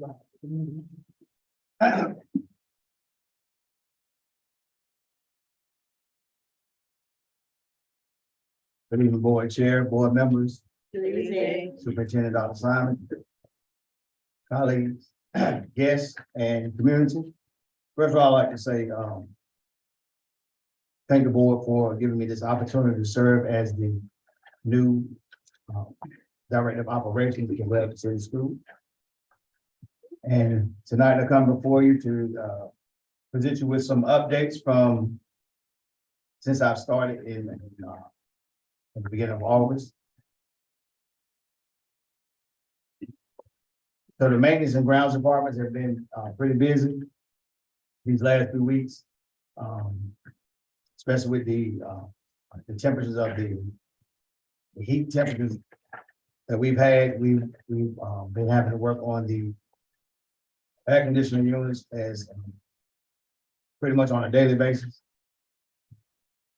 We've also been working on replacing the incandescent light bulb, converting those over to LED bulbs, installing burnout exit lights which was, something that we was deemed by the fire marshal, so we making sure that we have, being in compliance with those in all our, buildings. We have all those purchased, and we're working on making sure that we get them installed at all the sites. We've also been, we had a air handler that went out at the middle school. So we've had that repaired, we got it back up and going. Our grounds crew have been busy, making sure that we're keeping the, grass cut on a weekly basis, as well as delivering our foods when we have, food trucks that come in for the child nutrition department. We also have, changed our grass cutting rotation schedule. Because, we're about to run into it's football season, so we've only had one home game. So at the beginning of October, we'll have 3 home games back to back to back. So we had to look at our schedule to make sure that we will have those fields and at the high school. We'll be cutting those in the latter part of the week so that when we come out to the games, everything will be looking real. So we mentioned the air handler at the middle school. We've been working with Baker's Mechanical on those at that unit. I'm sorry, let me back up to the elementary school, but they're the ones that did the AC units at the elementary school. So we had some issues with the one in the cafeteria. It came out and assessed that, as well as the unit at the gym. They got the unit at the cafeteria up and running. And then they found out that there was an issue with we had a bad condenser fan. So they had to, by being on the warning, we still have to wait for the part to come in so we can get that back up and going. They did get the other unit that was over the library. That unit is up and going. And we're still waiting on there's an issue with the compressor at the unit here at the high school at the gym. So we have one unit running now at the gym, and one is not running. We're waiting for the part for that. We have Chamberlain Mechanical. Sorry. Yes. You said there's a part that we need for the high school AC unit, Yes, the ma'am. one that we just bought. Yes, ma'am. So they're not charging us, right? No, ma'am. It's brand new, okay. Brand new. So Baker's Mechanical has been subbed. That's a lot of subbing going on. So Aon is the manufacturer. So they're waiting, their engineers or technicians are talking to their technicians. And we're waiting for them to get the part that we need in order to get it back up and going. But it's still under warranty, so we just have to wait for Aon to do what they. Gotcha. Thank you. Chamberlain Mechanical, we had some, they're called bar units, so we had a few bar units out at the elementary school. We've just gotten, a quote on getting those up and going. So we're waiting for a builder's demand that's gonna come out and do the wiring and reprogramming of those thermostats so that we have all the units at the elementary school up and going. We have the security connections that came in and they have completed installing the cameras at the middle school and the elementary school. That was completed back on September the 11th. All that's left to do now is there's some programming issues that they have to work out on their end. So once they get those worked out, then we'll be that project will be complete. As well as they need to install some software on the principal's phone so he'll be able to see the what the cameras are picking up, as well as at the middle school. Is there an anticipated date when that will be completed? I'm sorry. Is there a date, No, anticipated date? in speaking with the installer, he did not give me a date when we can expect it to be completed, but it should be within the next week or so. Okay. So we have, open gate security, devices. They have arrived. They were delivered on September the 15th. And we will actually have training tomorrow morning here at the high school. After training, we're gonna get a couple of classes and do a mock trial session to make sure that, everybody understands how to work the units and how the units work. So if you came in today, the box is a big tall box sitting at the door. Those are the actual units sitting at the door. So we'll have that up and going by tomorrow. In all the schools. Just two. It's to the middle school and the high school.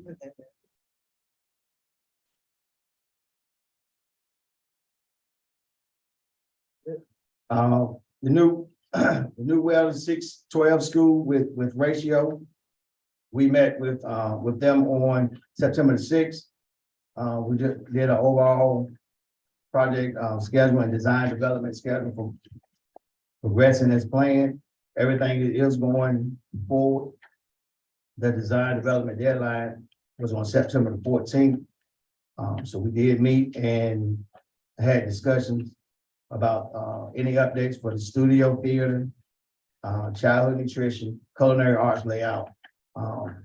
We got together and they spoke with our individual teachers as far as what any type of changes that maybe need to be made as they presented the plan of what they thought should be going on within those areas.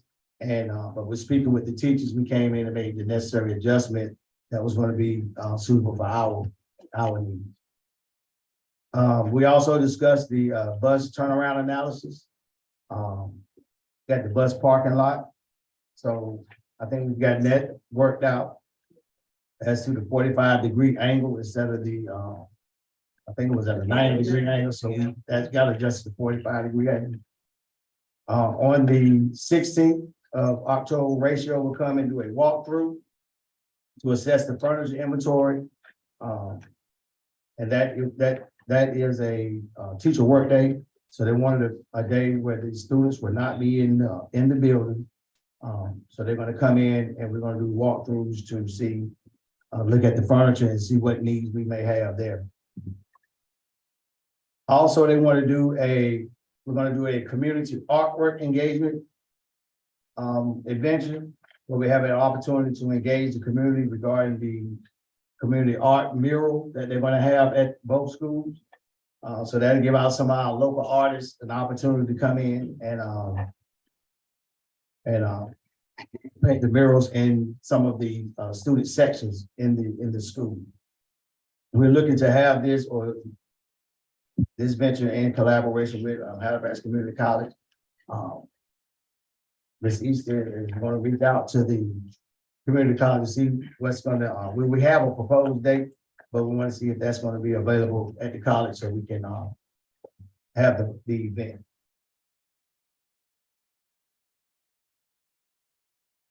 Mr. Hunter. What about the modular units? The modular units, you skipped that one, that bullet. Oh. I have to get the update on the modular units, so I'm waiting for the information to get back on how we're gonna, when that,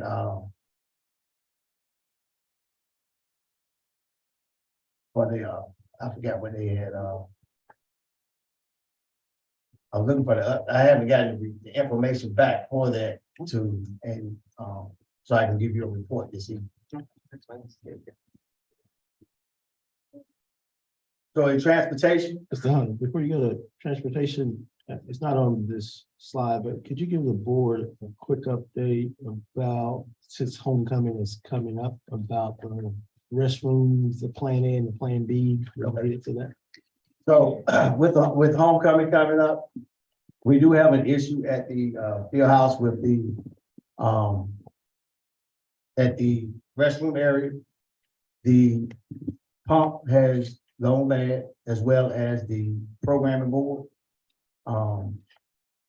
So we looked into seeing what it was going to cost us to get both of those units repaired, which we were looking at $3,500.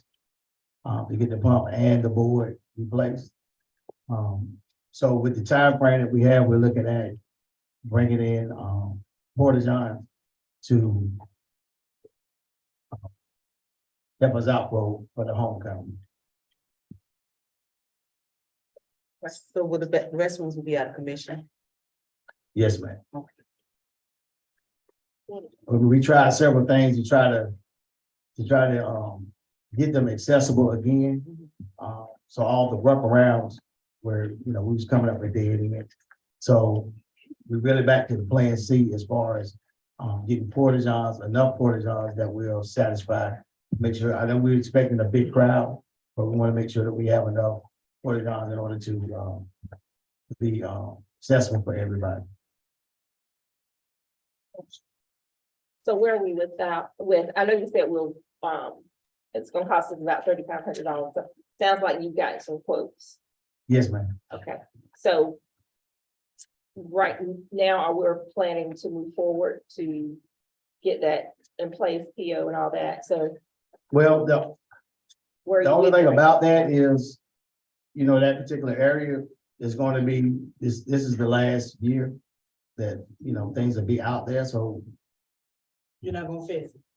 but, But just say, is that what you saying? yes, ma'am. Okay, they're not gonna fix it. I mean, because all this stuff is gonna be torn down, and we just have a brand new pump and a board, a programming board that operate the pump that we don't even know if the architect's gonna be able to use it if that, once the end of this school year. So we'll be Oh, I using can Porta see. Johns for the next, all the rest of the Three games. games. Three games. There's 3 more games. Yes, ma'am. I think part of that is we weren't sure what the timeline for getting it all installed. So ideally, if we could get it done by the homecoming, we could do it, but we couldn't get it definitive that, yes, it could be done by the.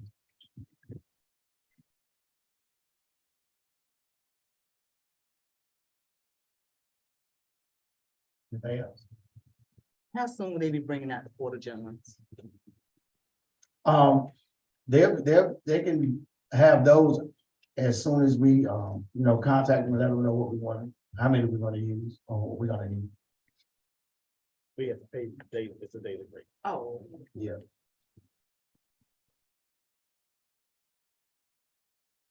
Where the students going? To the gym? When they're practicing, the students, when they're practicing? When they're practicing, well, they have access to come to the gym. Okay. Yes, ma'am. And will the public have access as well during homecoming? With the public. At the back of the gym? Yes, that will be open at the back of the gym for during homecoming. So yes, they will have access to that. And there's already a couple of porta johns that's already in that particular area. So they'll still have access to that as well. Mr. Hunt, you're saying that the public will be able to go into the gym? The back. Well, we're gonna make it accessible so they'll be able to use the restroom. So will we have security also, or somebody monitor? Well, yes, ma'am, we're gonna have security here as well. That's already been established as far as that security. I mean, extra security, not just what we normally have. So that particular day, we have, we have some, our resource officers plus some sheriff. They're here that particular.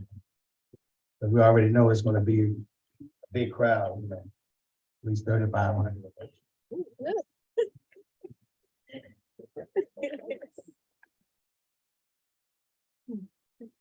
Okay. We good with that? All right, so with transportation. I know we've been waiting for them. We still have to wait just a tad bit longer, but we have the, as you can see, I do have a visual for you. Our new Carolina Thomas activity buses. They are on the way, they're getting prepared to be on their way. There's a few more things that that has to be done before they can actually come home to Weldon, North Carolina. But they're in what they call the PDI, which is the pre-delivery inspection stage. And all that needs to be done after they're inspected is to have the lettering put on with Weldon City Schools and have the transfer of ownership with the paperwork. And then the activity buses will be coming home. All right. Another thing that we've been waiting on is the EduLarge, which is the parent portal app. We're very close for the parents to be able to go on our website and access this particular application and see where the bus is or where their child is at any particular moment of time. There's some few background or behind the scenes technical aspects that need to be done. I think the servers are now where they can communicate with each other. And it's just some small little software hiccups that they're working on, get those bugs worked out. And then we should be able to probably have some trial test run within the next week or so. If not soon. So we did have a issue with our bus models. We had some bus models that got fell under the weather. Whatever may happen, but we lost a bus model, so we did have 4, now we have 3. And that caused a little mix up in the routing of some of the buses, especially for our pre-K kids. So Transportation Department, along with administration, we came together and we came up with some sort of ideas or suggestions in order for us to be able to resolve the mix-ups. So we have a couple of plans that we put in place. Some things we've tried didn't work, so we had to go back to the board and try a few other things. When we tried the last thing we tried, we put it in motion. We had another model that called out, so we really didn't know if that was a workable plan or not. But it I haven't heard that it didn't fall. Today was the second day because we was gonna start it yesterday. But so the plan that we have put in place is in motion and everything is going well so far. So we just want to thank the parents for being patient with us as we worked on this to get everything going. So, And Pastor Hunter, you said that we had 4 bus monitors we did and we only got how many now? 3. 3? But isn't it required for pre-K to have a monitor on the bus? When you have pre-K students on the bus, isn't it required for a monitor to be there? Is what I'm asking. It is. That was my impression as well. So what I was told is that one of the buses that didn't they had only 2 Mhm, pre-K kids. mhm. So what I was told is that we made arrangements for those students to be on another bus that had the monitor, because there was a mix up in the monitor that was on the fourth bus. And so that person had to be taken off the bus. So that's how we got from 4 to 3. So question. So we're you done? Yeah, yeah, go ahead. So my question is, Mr. Hunter, if we have 4 monitors, had 4 monitors, now we have 3, we're out of compliance, basically. And so if you take those students off and put them on another bus, then that messes up their route, well, both routes, right? It did So it make, makes it made a So one person's gonna be getting less time because they don't have those 2 students up there. that was one of the adjustments that we had to make. So why don't we have a 4th monitor, I guess, if we had someone? Why would we no longer have them? Well, 2 things I can, Is it personnel? pretty much. Personnel matters, so Yeah. it's discussing closed session. Right. Let me ask this, Mr. Williams, Chairman Williams, can a TA serve as a bus mom? Mhm. So we need a backup instead of called out. The TA could write books. Is that possible? Well, with pre-K, it is possible, but with pre-K, they have to be trained. So if they were trained, then they could do it. So in essence, we need to get all our TAs at the elementary school trained to be bus monitors. So when you have this problem, you won't have this problem, right? And if I could do it, it's not just the training, because the pre-K program has a whole different set of, like, the fingerprinting, the background check, they have to be something totally different. Yeah. It's not just our background check anymore. So And so they had, matter of fact, everybody, all the kids in that school had the training, but that extra step that they needed for the state, the pre-K monitor, or what the pre-K program, they have not had. Is that costly? Is that the reason? I'm not sure what the cost, I know that we couldn't put another person on that bus that hadn't had that extra step. So my question is this, what are we doing to make sure that the teacher assistants, whoever is riding the bus, they're getting what they need in order to be up there on the bus for our children? Because we want all of our children to be safe. And if it's supposed to be a monitor up there, so that means that child could possibly was getting off the bus in 10 minutes, and now that pre-K baby might be up there almost an hour. And that's not the child's fault. So what I want to make sure is that if we need somebody trained, then we need to go ahead and get the training from, is it CADA? I think it is actually the background and the fingerprint is done by the Department of Human Services. DCI that one. But so it's not the training, so it's that extra step, but as I talked to Mr. Tillery today, and I guess this is the same plan he's talking about, it worked out, the child was not on the bus that long at all. We were trying to avoid a long route for a pre-K child. But still, we don't know if another child is gonna come in, and it's only fair to our children to ride their route, because I mean, I know we have to make exceptions for things, but that should not be a permanent thing or cause that child or those children to have to be on another bus when they've been assigned to another. So I know pre-K has something to do with EC. So where are we with that piece? The partnership between you and EC. Because I know you.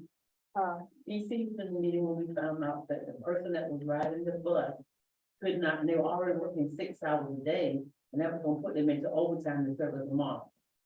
Okay. So do we have some people trained, or are we in the process of getting people trained? Because like I said, I just want to make sure that all of our students are safe. And I want everybody who needs to be trained is trained so that they can support our students. Right, so as Ms. Dammer was saying, we did have our TAs, all the TAs were trained, but all of them did not have that second step as far as the background check and all of those. So that is where we are at now. Okay. So we need to make sure that the ones that do not have it, make sure that they go through that process. Yeah, So we're working with EC to make sure that we do get that in place. and also have some extra people for backup, just in case somebody's sick or somebody have to be out or something like that. So it can always be heard.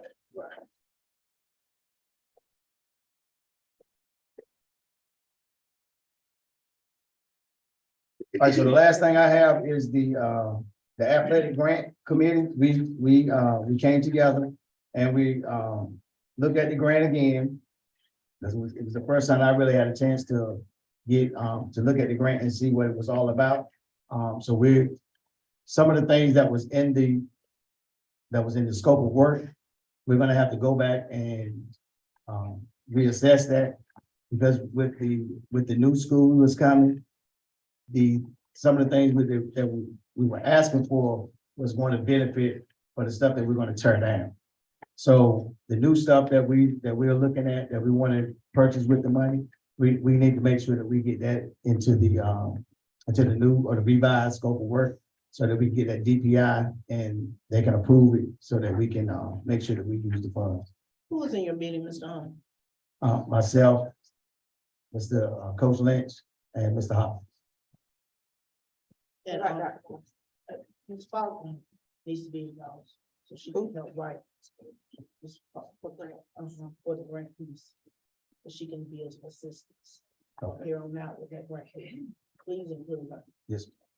And Dr. Robinson, because she is the high school, I mean, she's at the early college, and I know typically, I mean, there's a lot of students there that are the athletes, typically most student athletes are there. Right. But still, both high school principals need to be. Both high schools principals supposed to be involved with everything when it comes to athletics, because it's just not one, just not the high school, it's our back in the high school. Right. And don't forget the middle school also, because the middle school will be here on these grounds as well. So absolutely.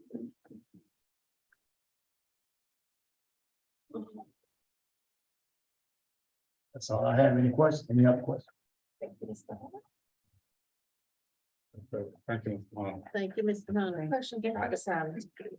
I know that, I don't see the EC report up here. Or do you have? Ms. Bird Robinson is asking a question about additional reports. Because we knew that there were going to be a lot of extended reports. And I know the board is interested in having presentations from everyone. I have reports from the other directors for this month, and they will do presentations next month. So I can pass these out right now. We had do want to take a break now, 2 minute break. We want to take a break, 5 minutes. Yeah, just 5 minute break. Yeah, just that, yeah.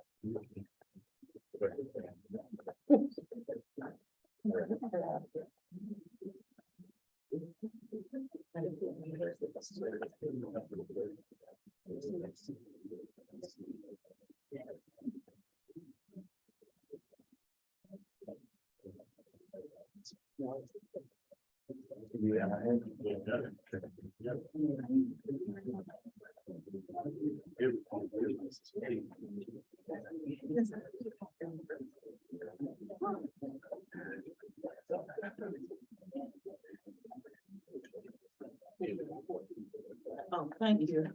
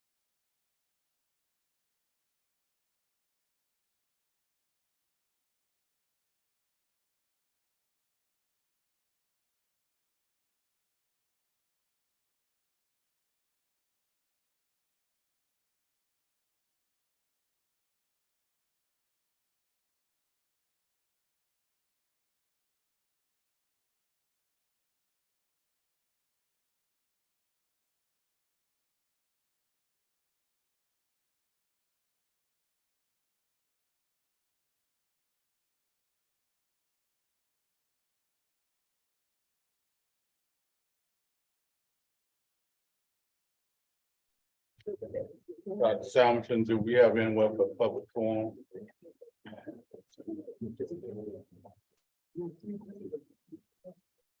Yes, sir. We have several who signed up to speak. The first person is Mr. Corey Odom. He's a Welcome City Schools NCAE president.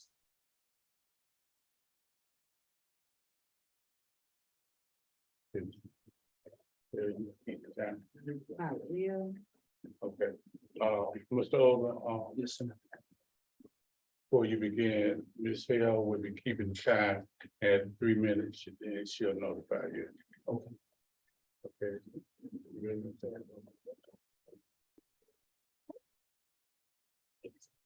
Okay, you can start with Mr. Oldham. Good evening to the members of the Wellington City School Board of Education, our superintendent. My name is Corey Odom, I'm the Wellington City School NCAA president, and thank you for allowing me to speak regarding some concerns that came to me from our members. Respectfully, some of our members contacted me concerning their pay decrease due concerns, their licensure or their educational plan. These individuals was told last Tuesday that their pay would be reduced because their license expired, they hadn't complied with all the course of practice assessment, and they were denied by the Wellington City Board an opportunity to apply for a limited license. First, we understand as a district, we want all our teachers to be certified. However, systematically reducing teacher pay with short notice will create a vacuum. Many of our members will seek employment elsewhere or leave the field entirely. This will affect our most valuable stakeholders, the students of Wellington City Schools. Most teachers, except one, are new to the field and have less than 5 years of teaching. They are excellent teachers. We have one Math 1 teacher, a 5th grade teacher, and an EC inclusion teacher with some of the district's highest scores of integrated assessment. These are practical and efficient teachers in the eyes of the Wellington City School NCAE. Secondly, if we lose these teachers, I ask, where do we go from here? There's a teacher shortage across the state of the nation. We are having openings throughout the district. We still need to fill and lose these teachers who teach in common core areas which tremendously affect our most prized commodity, the students of Wellington City Schools. Our students will be further behind our counterparts with a sub in the classroom or a classroom that had to be combined due to the need for a certified teacher. Third, the Wellington City School NCAE agree again that all teachers should be certified. However, with the teacher shortage and the lack of qualified pool to work in a rural area as ours, is this feasible? Teachers have informed the organization that they cannot live off the offered salary. They indicated that they would work in the neighboring districts, which have already contacted some of them, or go to local factories and make triple what they make as teachers, certified or non-certified. Finally, the Wellington City School NCAE is asking the board to consider offering these teachers a limited license to continue to work and receive their regular salary. Wellington City Schools NCAE feels this benefits the district and the students. Many need to complete one class or need to retake a test. By allowing the teachers to work at their regular pay rate, we, the stakeholders, can provide resources, support, and mentorship to these young teachers. If not, they will leave, and the ripple effect will be felt throughout the district in years to come. Thank you very much. Thank you, Mr. Oldham. Next, we have Ms. Regina Brooks.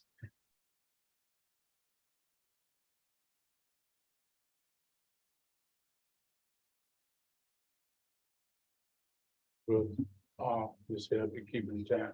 She'll let you know.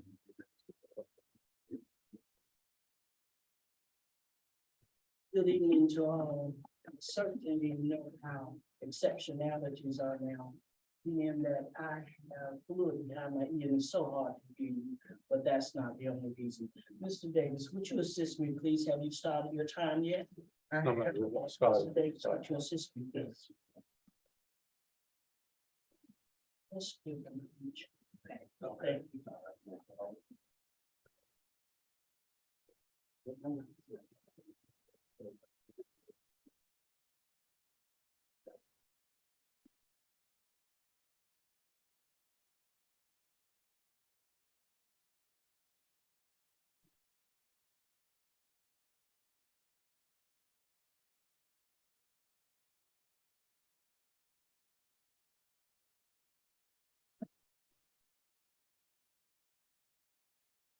Want to make sure you have this job will not interrupt since you didn't have a board meeting last week.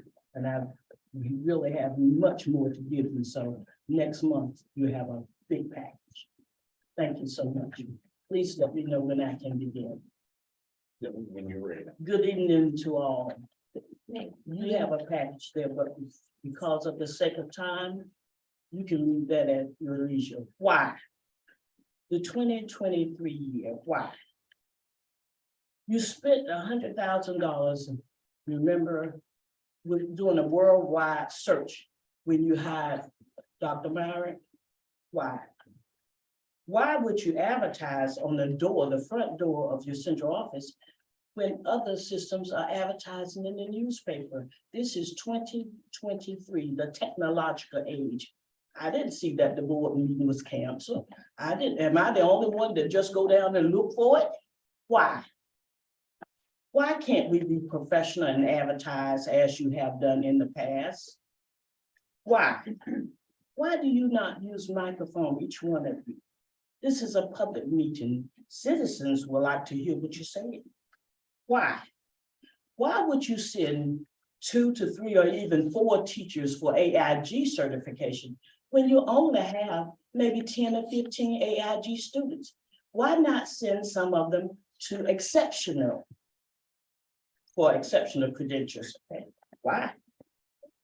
Why would you have summer school free for any student and then follow up the first 2 weeks of school with a boot camp? What time have they had with their parents? Why? Why not wait? And you're right. Everything you can learn in kindergarten. I taught for 23 years and I know I am the expert. Why?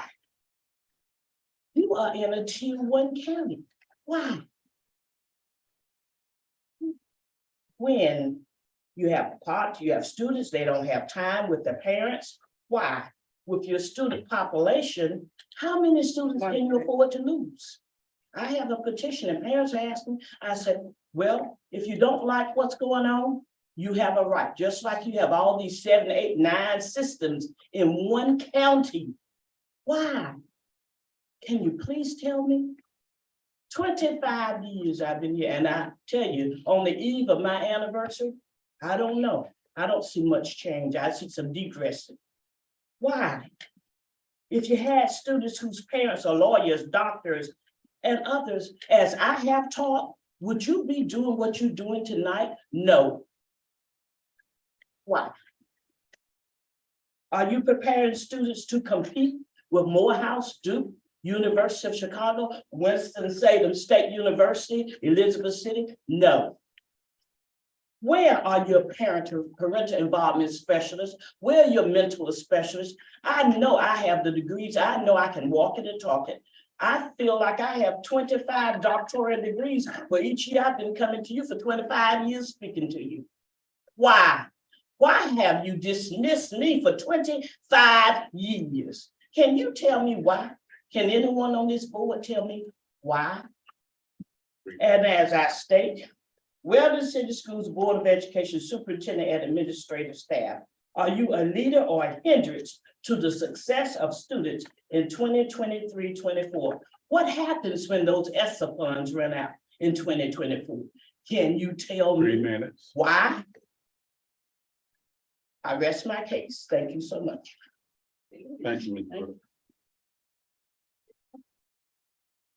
Mr. Noah Davis.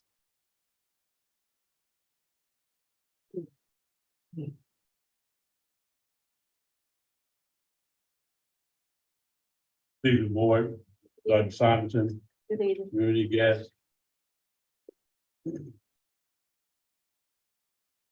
First, I want to, excuse me, Mr. Davis, so I'm sorry, your time will be kept by Ms. Hill, she'll let you know at the end. Okay, great. So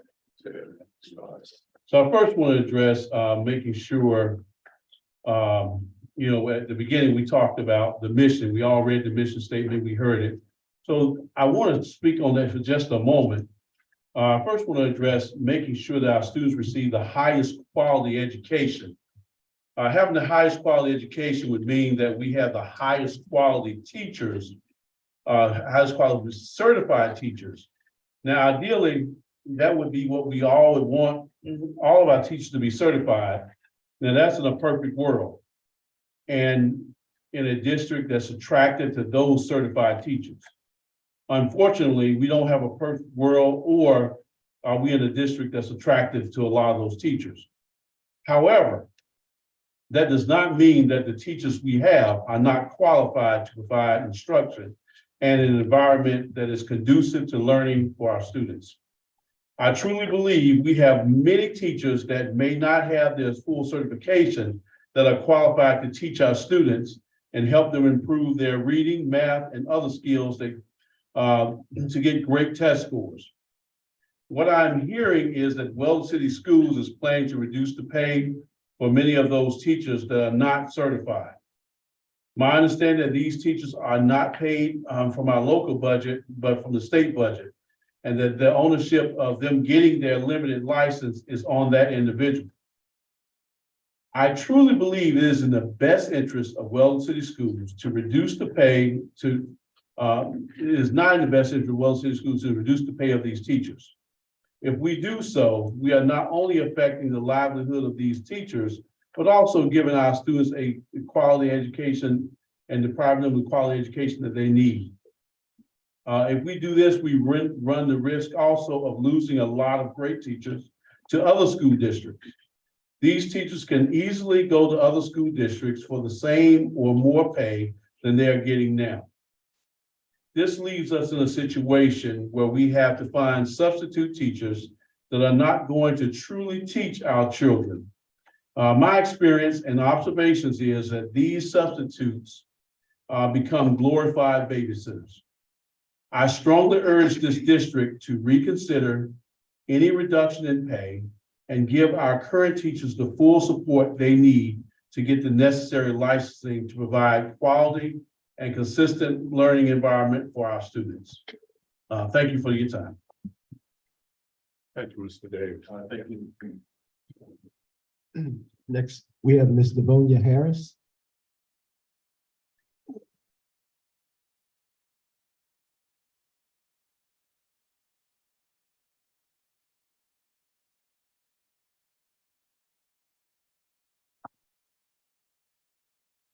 Good evening, everyone. I'm Divine Davis. I'm a parent of two little charges. What I have here in my hand are encounters, interactions, everything I've encountered dealing with Weldon Elementary Global Academy since the beginning of the school year. Excuse my language, which has been straight hate. So in my hand, I have photos that I would like to give out to the board members. And I'm also at this moment requesting to speak with the board member at you all's closing. At this time, I don't want to go into details personally, but you all can read these at your own time. And it's every interaction from day one with the school administrator. So if I can pass this out, and you all can let me know who are the members. The board members, I'm sorry. There's four of us and then two there. So I won't be taking up the whole 2-3 minutes, because it's a lot to discuss, but it's the headache, the stress, the unprofessionalism. And thank you. And I will be expecting somebody to give me once you all get a chance to look over there. Maybe make some comments.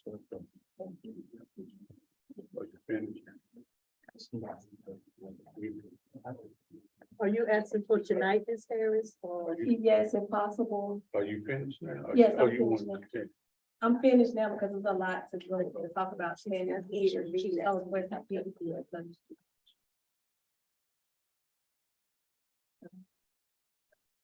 I was just consulting with I can't go into any specific detail or anything. I just have one question to ask. Because I heard you say or ask about speaking to the board, and I just want to ask if you follow our channel as far as doing what needs to be done. Or as speaking with the board, I did ask the superintendent, and he gave me a printout. of like the procedures and to speaking with the board. Okay. Thank you, Ms. Williams. All right, thank you, Ms. Harris. Board members, if you're board attorney, I would recommend now looking through those now. And we can discuss during close whether and how to review those materials. Ms. Whoever, are we going to, listen to her, she asked for a closed session? She asked to speak to us. I can answer that question in close and give guidance on. Okay. Okay, thank you, Dr. Samuelson. Next, Ms. Angela Lee Ellis, Easter, Parents Bill of Rights. Good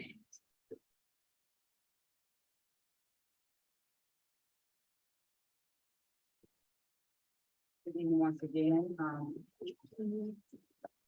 my time here with you, but what I'm about to share with you is very important. It is the Senate Bill 49, Parent Bill of Rights. I'm going to share the summary and the key points. The introduction. The Senate, sorry, let me, everybody else. Anybody need one?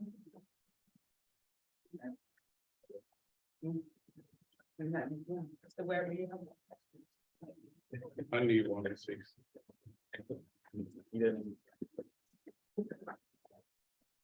Okay, thank you.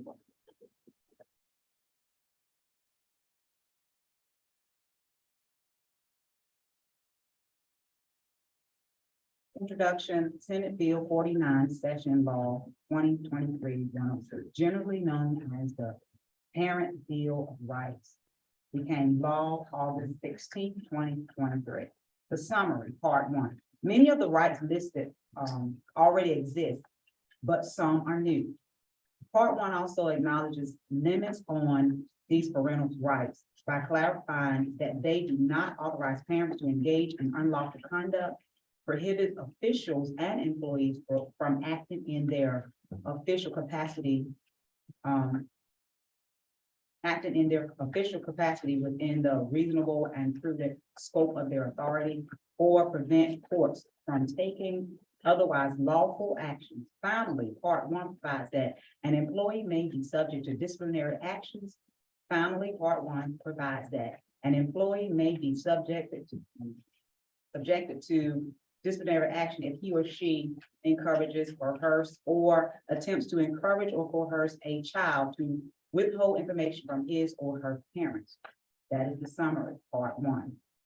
Part 2, it requires public school units, PSUs, to provide parents with information about their legal rights and to create a parent guide .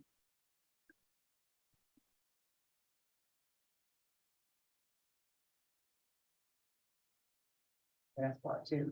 It requires public units, school units to provide parents with information about their legal rights and to create a parent's guide to students' achievement that is shared with parents annually.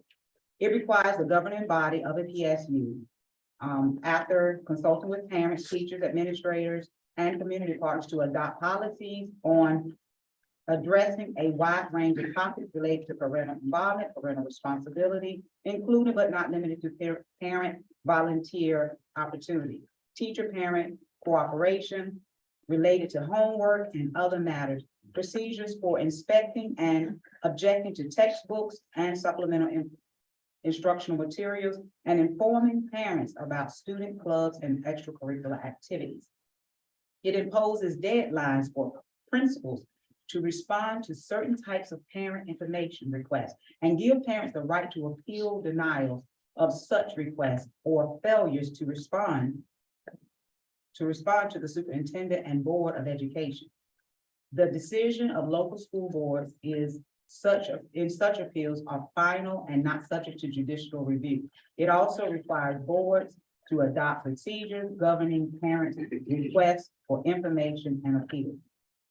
It requires at least 10 days, a 10-day notice, and advanced parent consent, written or electronic, for all protected information surveys administered to students.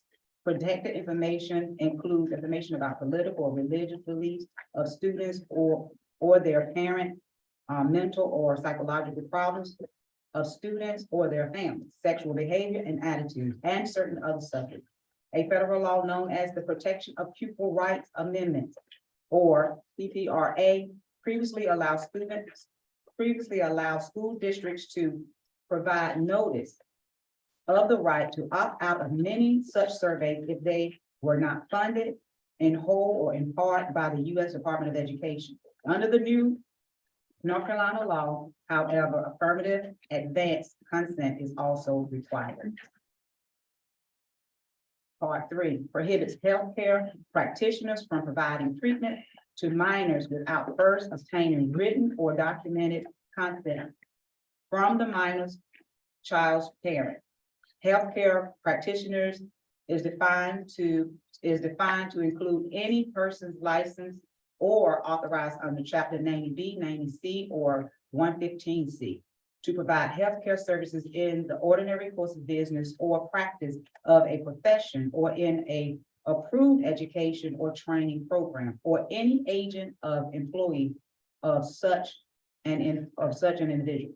Treatment is defined to include any medical procedures or treatments, including x-rays, the administration of drugs, blood transfusions, use of anesthesias, and laboratory or other diagnostic procedures used with the same degree of care and under the same standard of medical practice that are employed in the community. A healthcare practitioner who violates these sections is subject to disciplinary actions by the board that license, certify, or otherwise authorize the practitioners to provide treatments, including a fine up to $5,000.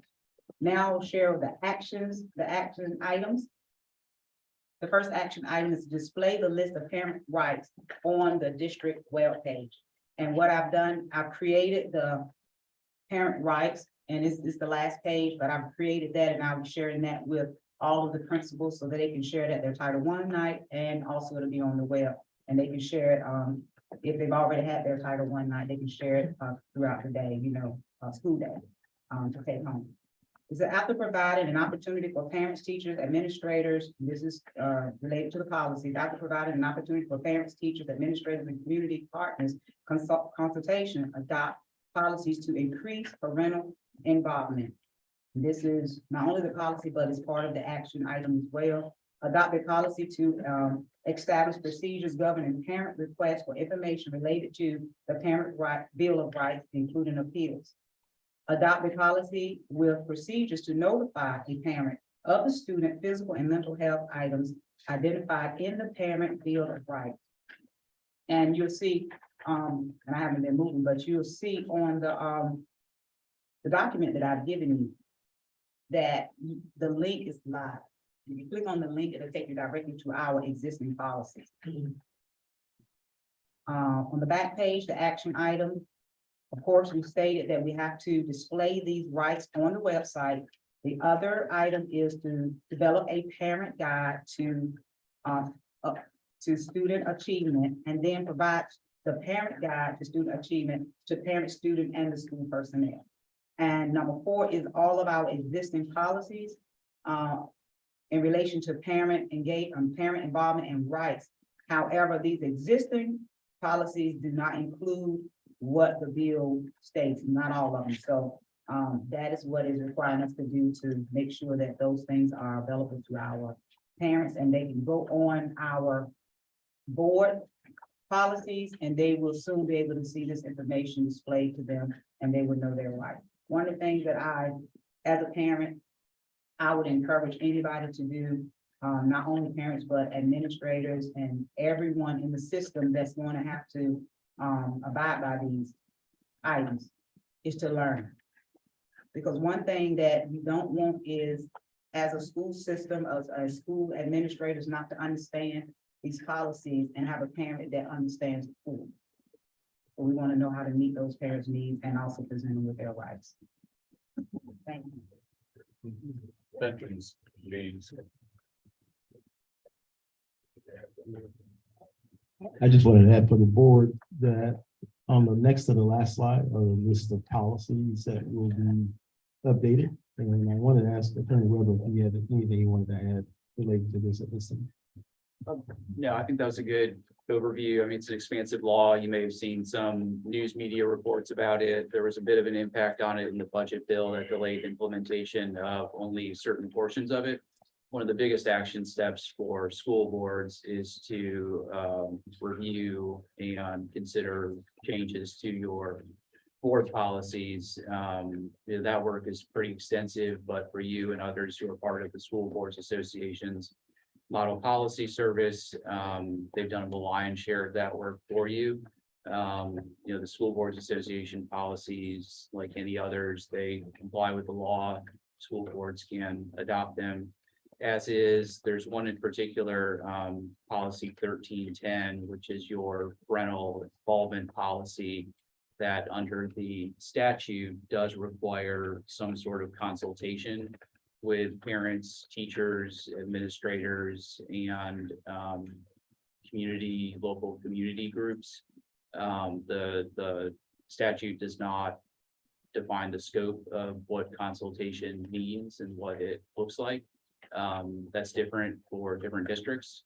Some are posting the proposed revisions from the NCSBA onto their website, then creating a particular email address where any member of those groups can submit comments, feedback, and then taking that into consideration when the policies go before the board for action.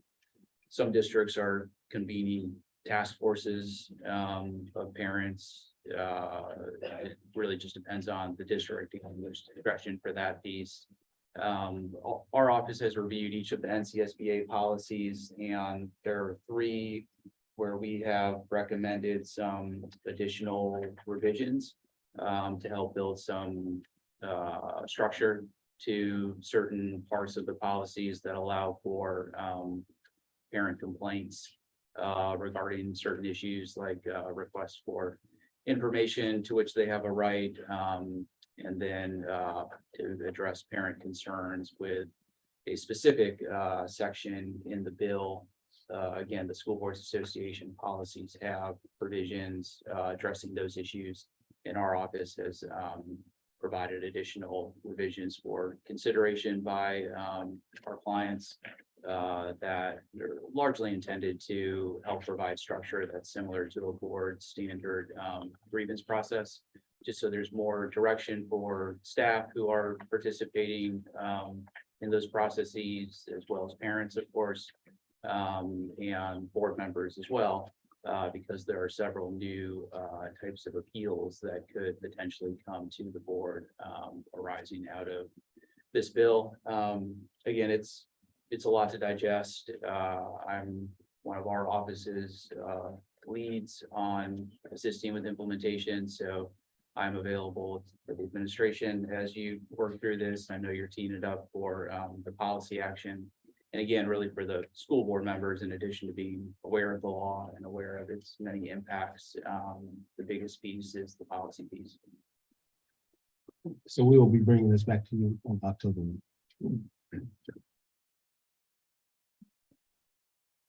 Okay. May I say something? It won't take but a minute. Dr. Simonton, you passed out the department report. And I know you said because of us having so much on our board meeting tonight that they were not listed to do it next month. I just want to say to you, just as we took time to go through this because it was important, we only meet once a month. All of our reports are important. And now we have to put this to the side. But I mean, all of it is important to me. So I know we're not going to touch it tonight, but going forward, I certainly would hope that we would take the time to hear all of our reports. I just wanted to say that. So next month, I know you said we'll have them, and just, going forward, the additional months that we will have them as well, because everything is important. I think this was important, what we just, discussed tonight. I know we're going to get the additional policy revisions and everything that goes with that. Our attorneys will handle that. So I look forward to that. Thank you. Okay. Next, we have board attorney duties. Mr. Yes, Ken Ross. Mr. Chair, I wanted to bring to our attention that, Wellington Schools hired Darrington Smith, LLP out of Raleigh to serve as our board attorney. And, a lot of them, and Mr. Jason Weber, Attorney Jason Weber is our attorney from Darrington and Smith. And we pay Darrington and Smith to advise the board. So if there's anything that board members are doing that's not allowable for a board member to do, Darrington and Smith is getting paid to tell us to do that we're doing something wrong. So that's what just like we've asked for guidance tonight from him, he's given us guidance tonight. That's his job.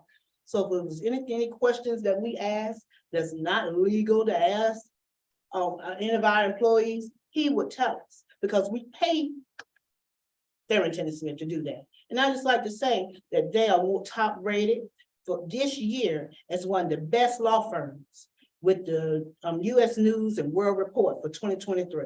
So I think we've hired some of the best. I think we're getting good counsel, and I think they lead us well. Thank you. Next, Andrew Jackson, Ms. Robinson. Dr. Simonton is gonna do that. At the board retreat, the board decided that they wanted to move forward with the Andrew Jackson School being listed on the national registry. So I was in contact with Ms. Lauren Poole, who is the regional director out of Greenville. And she is ready to come to do the site assessment, which is the first item. And I could have scheduled that, but one of the things that she said is that she would welcome board members being a part of the site visit. And so if there are dates that you would like to give to me to share with her, she would like for you all to be able to participate. Board members, alumni, community members. So if you want to give me 2 or 3 dates, I'll give those to her and she will schedule the site visit. Can we just email them to you? I guess for the sake of time, if everybody just check their calendar, maybe and send you, what, 2 or 3 dates? Right, Okay. unless you have a common date right now. In the next 2 or 3 weeks, or what, I mean, next week, or, The sooner you get it to me, the sooner we can get. the no, I'm site. talking about the time for the dates for the business. I don't know when that will be. I know, I'm asking for the dates that you're asking for when you proposing to go to visit the site. If you would give me dates in October, Okay, that would be.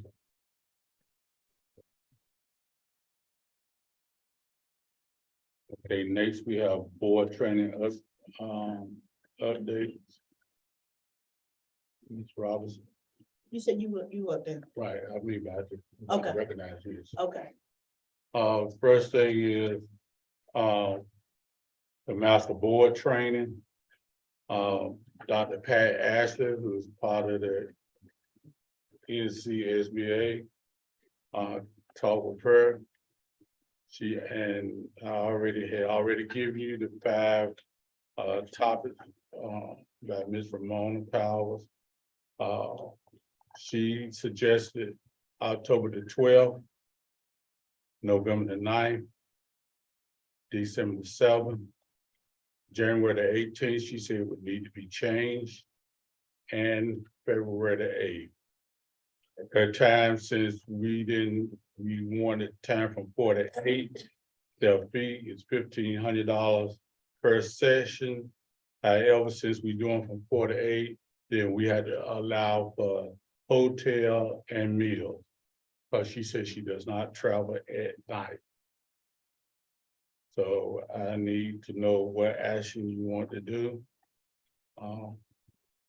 In terms of master board training. Mr. Whit, Yeah, question. October the 12th. Some of us will be in Asheville at the Fall Law Conference. Okay, what do y'all want to do? But I mean, I'm for it. I just know we can't start October I can't start October 12th because I plan to be in Asheville for the law conference. Ms. Jenkins, you're going too, right? And are you going? No. Okay. Ms. Harrison, are you going? No, I'm not good. Okay. Mr. Williams, does Ramona provide that training? No, That's for it's you? Dr. Pack Ashley will be doing the training. Right, I'm saying, but does she do the same training? Or yeah, actually? I know she's just She does the training for that horse. So do you want to, omit October the 12th and move it to March? Starting So November. it's starting and ending March. November, That's correct. Okay, starting November the Because 9th. these are Thursdays, the second Thursday, which the board has set aside as work days if needed. And you said the 18th also, but you said something about The January. 18th, January the 18th, That's our, board- it needs to be changed. yeah, that's our board meeting. Yeah, it needs to be changed. So you're gonna No, move to the she second. couldn't do that. She couldn't do it the second, so she gonna try to do it the third. But we have our board meeting, so we had to come to some kind of conclusion. And you pick another day.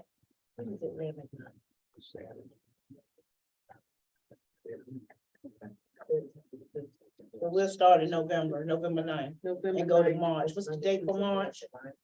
March would be the 14th, March the 14th, and that's provided that day is workable for her. Okay. That's fine with me, so we can all be here. We won't start when we know two of our board members are gonna be at the law conference in Asheville. Okay, so can I have a motion for that? I move that we move forward with the master board training with the dates of November 9th, December 7th, January 18th, February 8th, and March 14th, and doing the $1,500 per session plus hotel and meals. What time did you say? And mileage From 4 to 8. from 4 to 8 p.m. Second,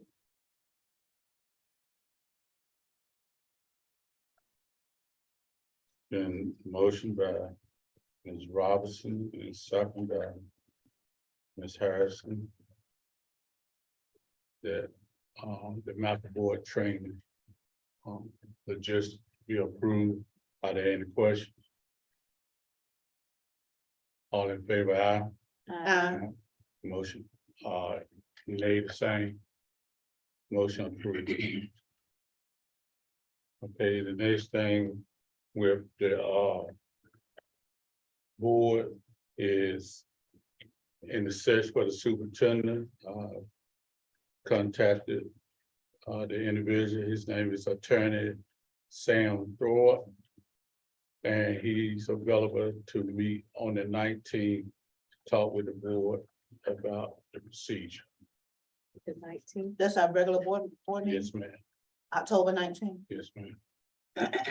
He coming during the board meeting or he's coming before the board? meeting? Coming, doing the board meeting. Okay.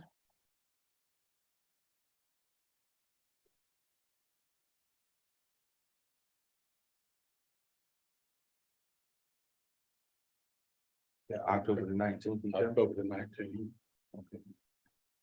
His name again. His name is Sam Thorpe. THORP.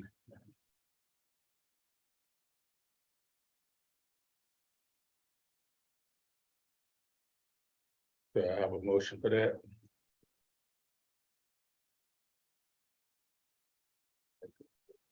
I don't believe the board needs a motion for Don't that. need- That's, okay. All right.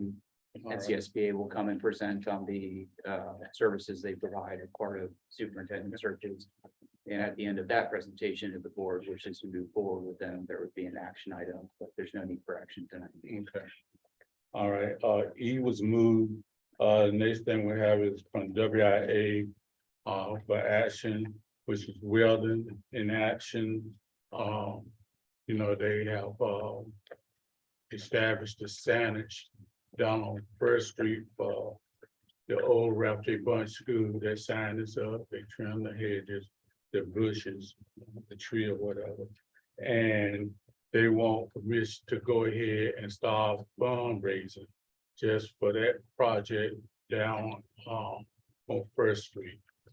In terms of developing a park or whatnot, but they want to begin raising money on October the 1st. There's other board.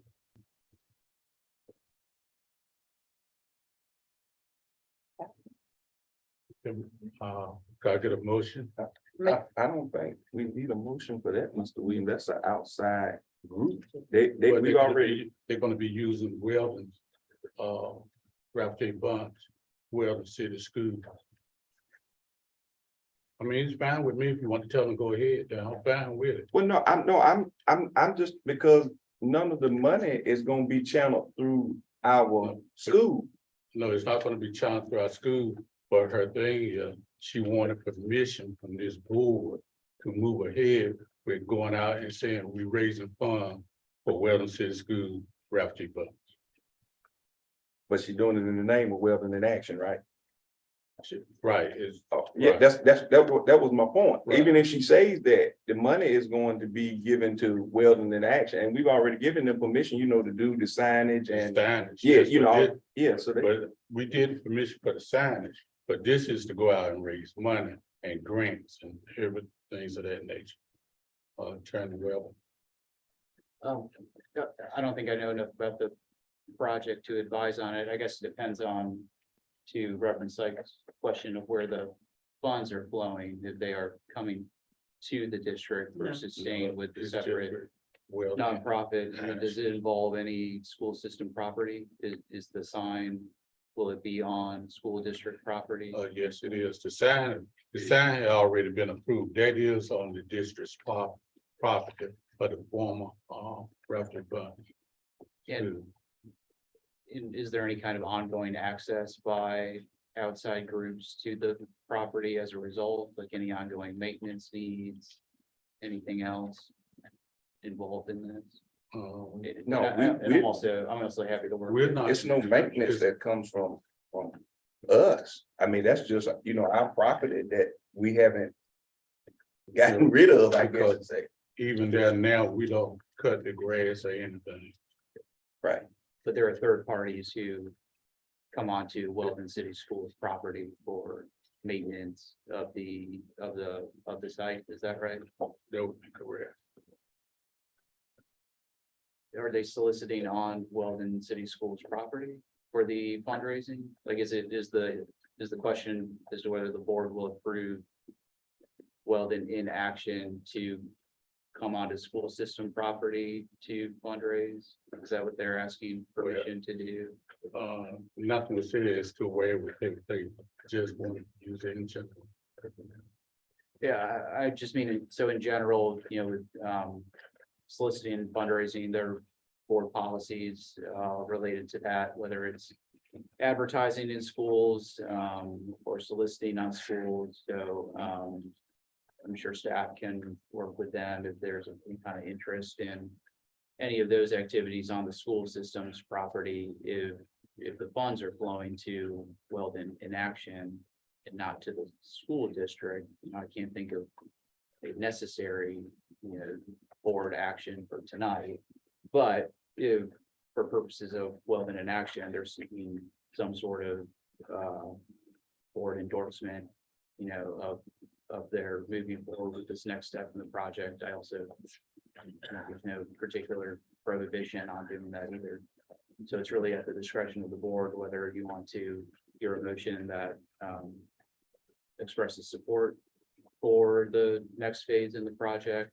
You can certainly do that. It's at the board's pleasure. And I'm happy to work with staff as well on any ongoing questions that might come out of this. Make a motion. Go ahead. Then we'll get into question. Oh, I'm gonna make a motion. Okay. Go ahead. Okay, I make a motion that we move forward with WIA in their the project fundraiser for the Ralph J. Bunch property. And this with the construction of a park. So Is there a second? Seconds. Been motion by Ms. Beard Robinson, second by Ms. Harrison, that we give WIA permission to move forward with the fundraising and the establishment of a park. Question. Two concerns I have. Number one, it is our property. And if a park or something goes there, that's gonna make us loud. That's first thing. And then two, if there are grant funds that are raised and they're not being channeled through Welland City School System, but to the nonprofit WIOA, I'm in support of it, but I want to make sure that, you know, if they put a park there, they get grant funded, that it's not going to tie us as far as, you know, some type of liability, having to, you know, have a policy or something, because it does belong to the school district. That's my concern. But I think it would be wonderful for the community, you know, to have something there, especially where the old Ralph J. Bunch School was. I just don't want us to be tied up in liability. And I think that's something that our attorneys need to look at. I mean, if it's some type of signage, you know, put up there that play at your own risk or something that will remove liability from us, you know, in the construction of that. And, you know, board members, that was, you know, part of my questions were getting to that point of, you know, to what extent there's third parties entering school system property and, you know, what the potential liability issues might be. And also just, you know, it sounds like if there's any kind of ongoing involvement or interaction, that there might be a need for an MOU or similar agreement, particularly if there's going to be, you know, more extensive construction activities. Again, if any third party wants to move forward with raising funds for any particular purpose, you know, that doesn't necessarily require the board's approval unless, you know, it's part of a grant or something like that. But in terms of actions and activities on school district property, I would ask that I have the opportunity to work with staff to fully flesh out what that looks like and what the potential issues are. Any other comment? So we have a motion on the floor, all in favor, aye. Mr. Williams, at this time, I'm going to offer a substitute motion that we approve that contingent upon what our attorneys have just said to see how that's going to look. And once they give the approval, you know, that we go forward with it. Mr. Rouse, is that all right with you? That we're gonna go ahead and approve it. So as I understand, Reverend Sykes is making an amendment to the motion to make it contingent on further review by the board attorney in consultation with, I would assume, the superintendent for administration. Just to make sure we're clear as far as liability is concerned. Okay, so that'd be, okay, you go with that. So then I will not contact her to start anything October the 1st until I hear back from you. So from a procedural perspective, so there's a motion and now an amendment, so that could be the ultimate result if it's approved. But the board now needs to vote on the amendment, or if there's a second to it, offered by Reverend Sykes. And then essentially you have to unwind it from there to get back to the main motion. So I'm saying in a complicated way, which is typical for an attorney. Is there a second to Reverend Sykes' amendment? Attorney Wells, I have a question. Can I ask the question here? I think that, just from listening to everything, I think that we as a board, and I guess, we're okay with them doing the grant writing and all of that stuff. I think that the hiccup comes when construction of a possible park may be on the grounds. So it's possible that we could have two motions. One to go ahead on and pass the vote for them to go ahead on and do whatever type of grant writing and anything they want to do. And then have the other one, as far as construction of the park, have that in a separate vote. I mean, have that contingent upon whenever you talk with the superintendent, whoever you need to speak with. Because I think everybody's okay with, you know, them doing the grants and all that part. But the part where we may be held liable if something was to happen on our grounds, I think that's the part that we're kind of hesitant about. Right. I would just say to absolutely understand that with the grant too, just again, I don't know really anything about the scope of this project. I haven't been involved in it. I don't know if the grants themselves require some sort of commitment from the board or would come with some sort of strings attached for the board, for example. So if the board were to take formal action to approve moving forward with submitting these grants. I can't tell you as your attorney what What would be? that means, Mhm. right? So I Grants can't, require- I can't really advise on that again because I don't frankly know much about it in terms of the scope and level of involvement. So I can't tell you you can't do that and to vote to approve it, but I also can't give you legal guidance on what the implications might be. Well, I don't think they would want to move forward with raising money, not knowing if you're gonna move forward with the cost. But the money, Because if you vote no, then they stuck with the money. Well, and oftentimes grants require letters of support from partners. Again, I don't know what this particular grant is or what its requirements are. And like you said, if there's not that particular formal action by the partner, it could tank the entire grant from the get-go. So I think there are a couple of reasons to, if you can, put the pause button on this and let me help assist.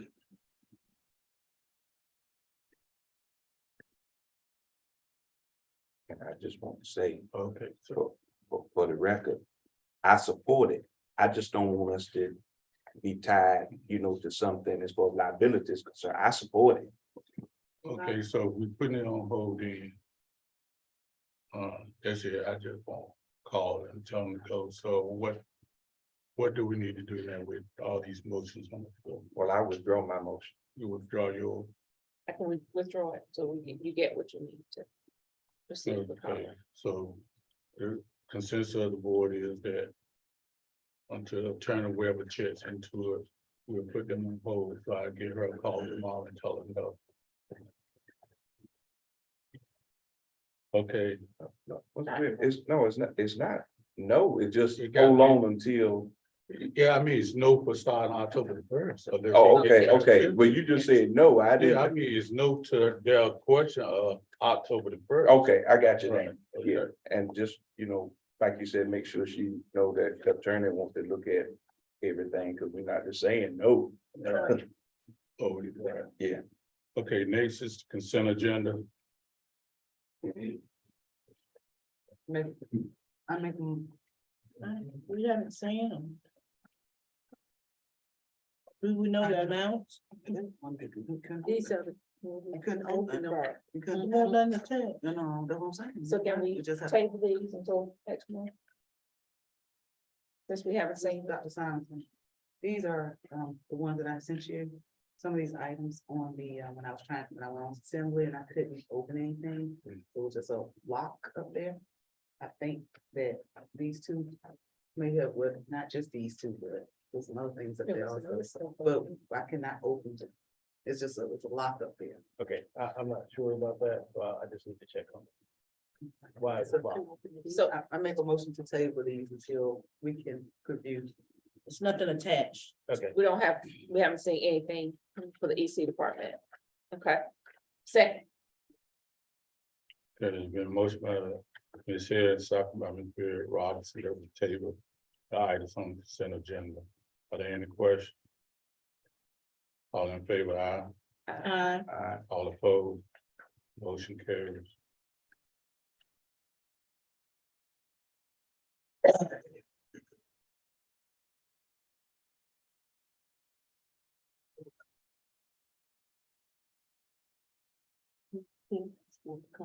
Yeah, board commission. Yeah, next is board comment. Ms. Kim Robinson. Was I the only one that had come in? No, I guess we're going around if you Yeah, want. or you just started with me? Yeah. No, I just said it because you said it, and then I asked. I It's asked for you then- everybody. No, I mean, nobody has any comments, but you just fine. Oh, no, I think they have some, don't y'all have some stuff? Somebody started. It started, he called, you don't start. I just like to say, I want to thank what I know that our parents sent us the best that they have. And I want them to know that we're gonna try to do our best to give your child the best that we can give them for them to be successful. And if you find out that that's not happening, you need to make us aware of that. So we can give your child the best. because our scholars deserve the very best that they can get from Weldon City Schools. Any other comment? Yes, sir, I have comment. I'm always thankful, Mr. Williams and fellow board member, for community involvement and community support. And I say to our community, don't stop coming to speak, don't stop coming to talk. It's not easy being a board member. You have trainings and you have to make hard decisions. But at the end of the day, I don't think anybody on this board with the information that we are presenting, tangible information, factual information, documented information, would make any decision that would not be in the best interest of Weldon City School. And I know sometimes community and people that they may not understand, some may not care to understand because they want what they want, when they want it, how they want it. But with the information that I have been given as a board member, and I think every board member can say the same thing, there are tough decisions that have to be made, and some of this stuff is public information. And if people would just take the time to seek that information, to gather that information, I think people as a whole would easily gather that decisions that are made, they're for the best interest of our school district as a whole. And I'll just go ahead on and say it. When you are already over your allotment that the state gives you, that costs money. When you're already over in your allotment in instructional support, that costs money. And once the state gives you your certain amount of money, very seldom do they come back and give you any more. That's what you have to work with for the course of the year. So, and I know community members don't have this information readily available at their fingertips. But if they would dig in and look at some things, some of this information is public knowledge. And if you go on DPI website, you go on any legislative website, you can pull different things. ESSA, I mean, that's public information as far as numbers and all are concerned. So I appreciate the community coming and sharing what their interests are, what they are concerned about. And at the same time, I ask my colleagues and constituents in the community to take the opportunity to do some additional research. And I think things will not be as bad as sometimes people may paint a picture to be. So thank you, Mr. Williams. Any other board comment? I have a few comments I'd like to make. I have been working with a wonderful group of individuals for like the last two or 3 months in planning the last homecoming that will be here held on these grounds of Weldon High School. And in the next few weeks, we will start celebrating. As a matter of fact, starting this weekend, we will start celebrating our homecoming with the pregame for Weldon Chargers against Northwest Vikings, who we will be playing at the homecoming game. But the alumni will be playing each other on this coming Saturday here in the gym, starting at 3 o'clock that afternoon. And we would like for the public to come out, support. This is a fundraiser for our students in the new school, things of that nature. It's going to go strictly 100% to the schools, all proceeds. We have a list of activities that are coming up in the following week. We're asking the town to paint your homes blue and gold. We would like more participation in the parade on the 7th.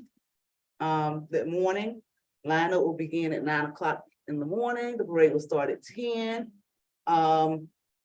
We will also have our coaches recognized right before the game at 1:30.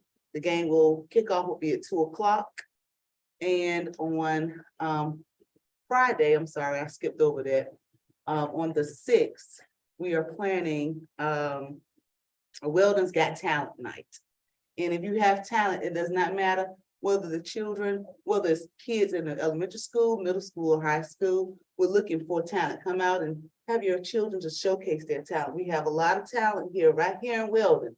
Showcase your talent. You never know who may be there. Maybe a superstar out in the audience and they may pick them up.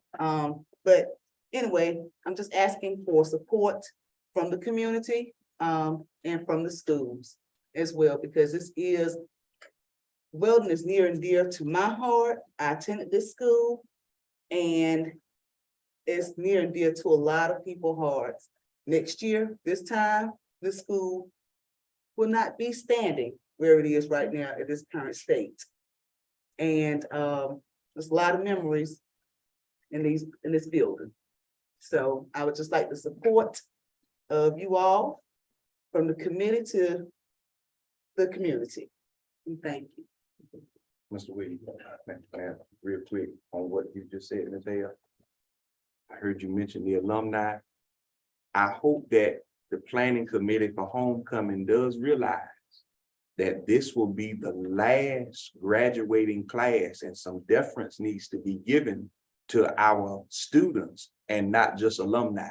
And I'm not saying that that's what you said, but I heard you mention alumni and I know that we're doing that, but I hope the committee, whoever is working on it, also keep in mind that our students that are going to graduate, this will be the last graduating class. And I hope some of their ideas and, concerns that they would like to see being the graduating class is included in what, the alumni, because as you say, it's near and dear to everybody. Yeah, So we will also, like I said, I'm opening up the doors for them to participate in these upcoming activities as well. Sign up forms are in each school, every school, Weldon Elementary, Weldon Middle, and Weldon High School. So please make sure if the principals are in here, encourage your students to sign up and participate. Come on now. It's a fun-filled event, family-filled event for everyone. Okay, thank you. Have a great night. And comment. And we need to move to a new school project management support, Dr. Salmon.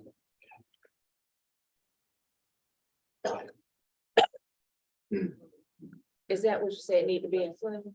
We need to discuss. We moved that to closed session. We moved that. Motion go into closed session. We'll make a motion to go into closed session. Second. I emailed an appropriate motion to Oh, okay. chair. Oh, I get it. Not to everyone. Mhm. on my email, they gonna open up in the meeting. Okay, okay. Is the one you sent tonight or the one you sent today? Tonight, both the same. Oh, okay, I make a motion.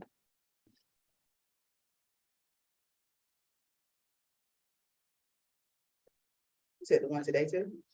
I make a motion to enter into closed session pursuant to North Carolina General Statute 143-318.11A 1, 3, and 6 to consider personnel matters and to maintain the confidentiality of personnel records under North Carolina General Statute 115C-319 through 321 to prevent the disclosure of student records rendered confidential under the Family Educational Rights and Privacy Act 20 USC 1232G, and to consult with the board's attorney and preserve the attorney-client privilege.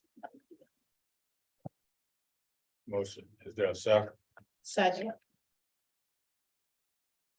And motion by Ms. Hill and second by Ms. Robertson.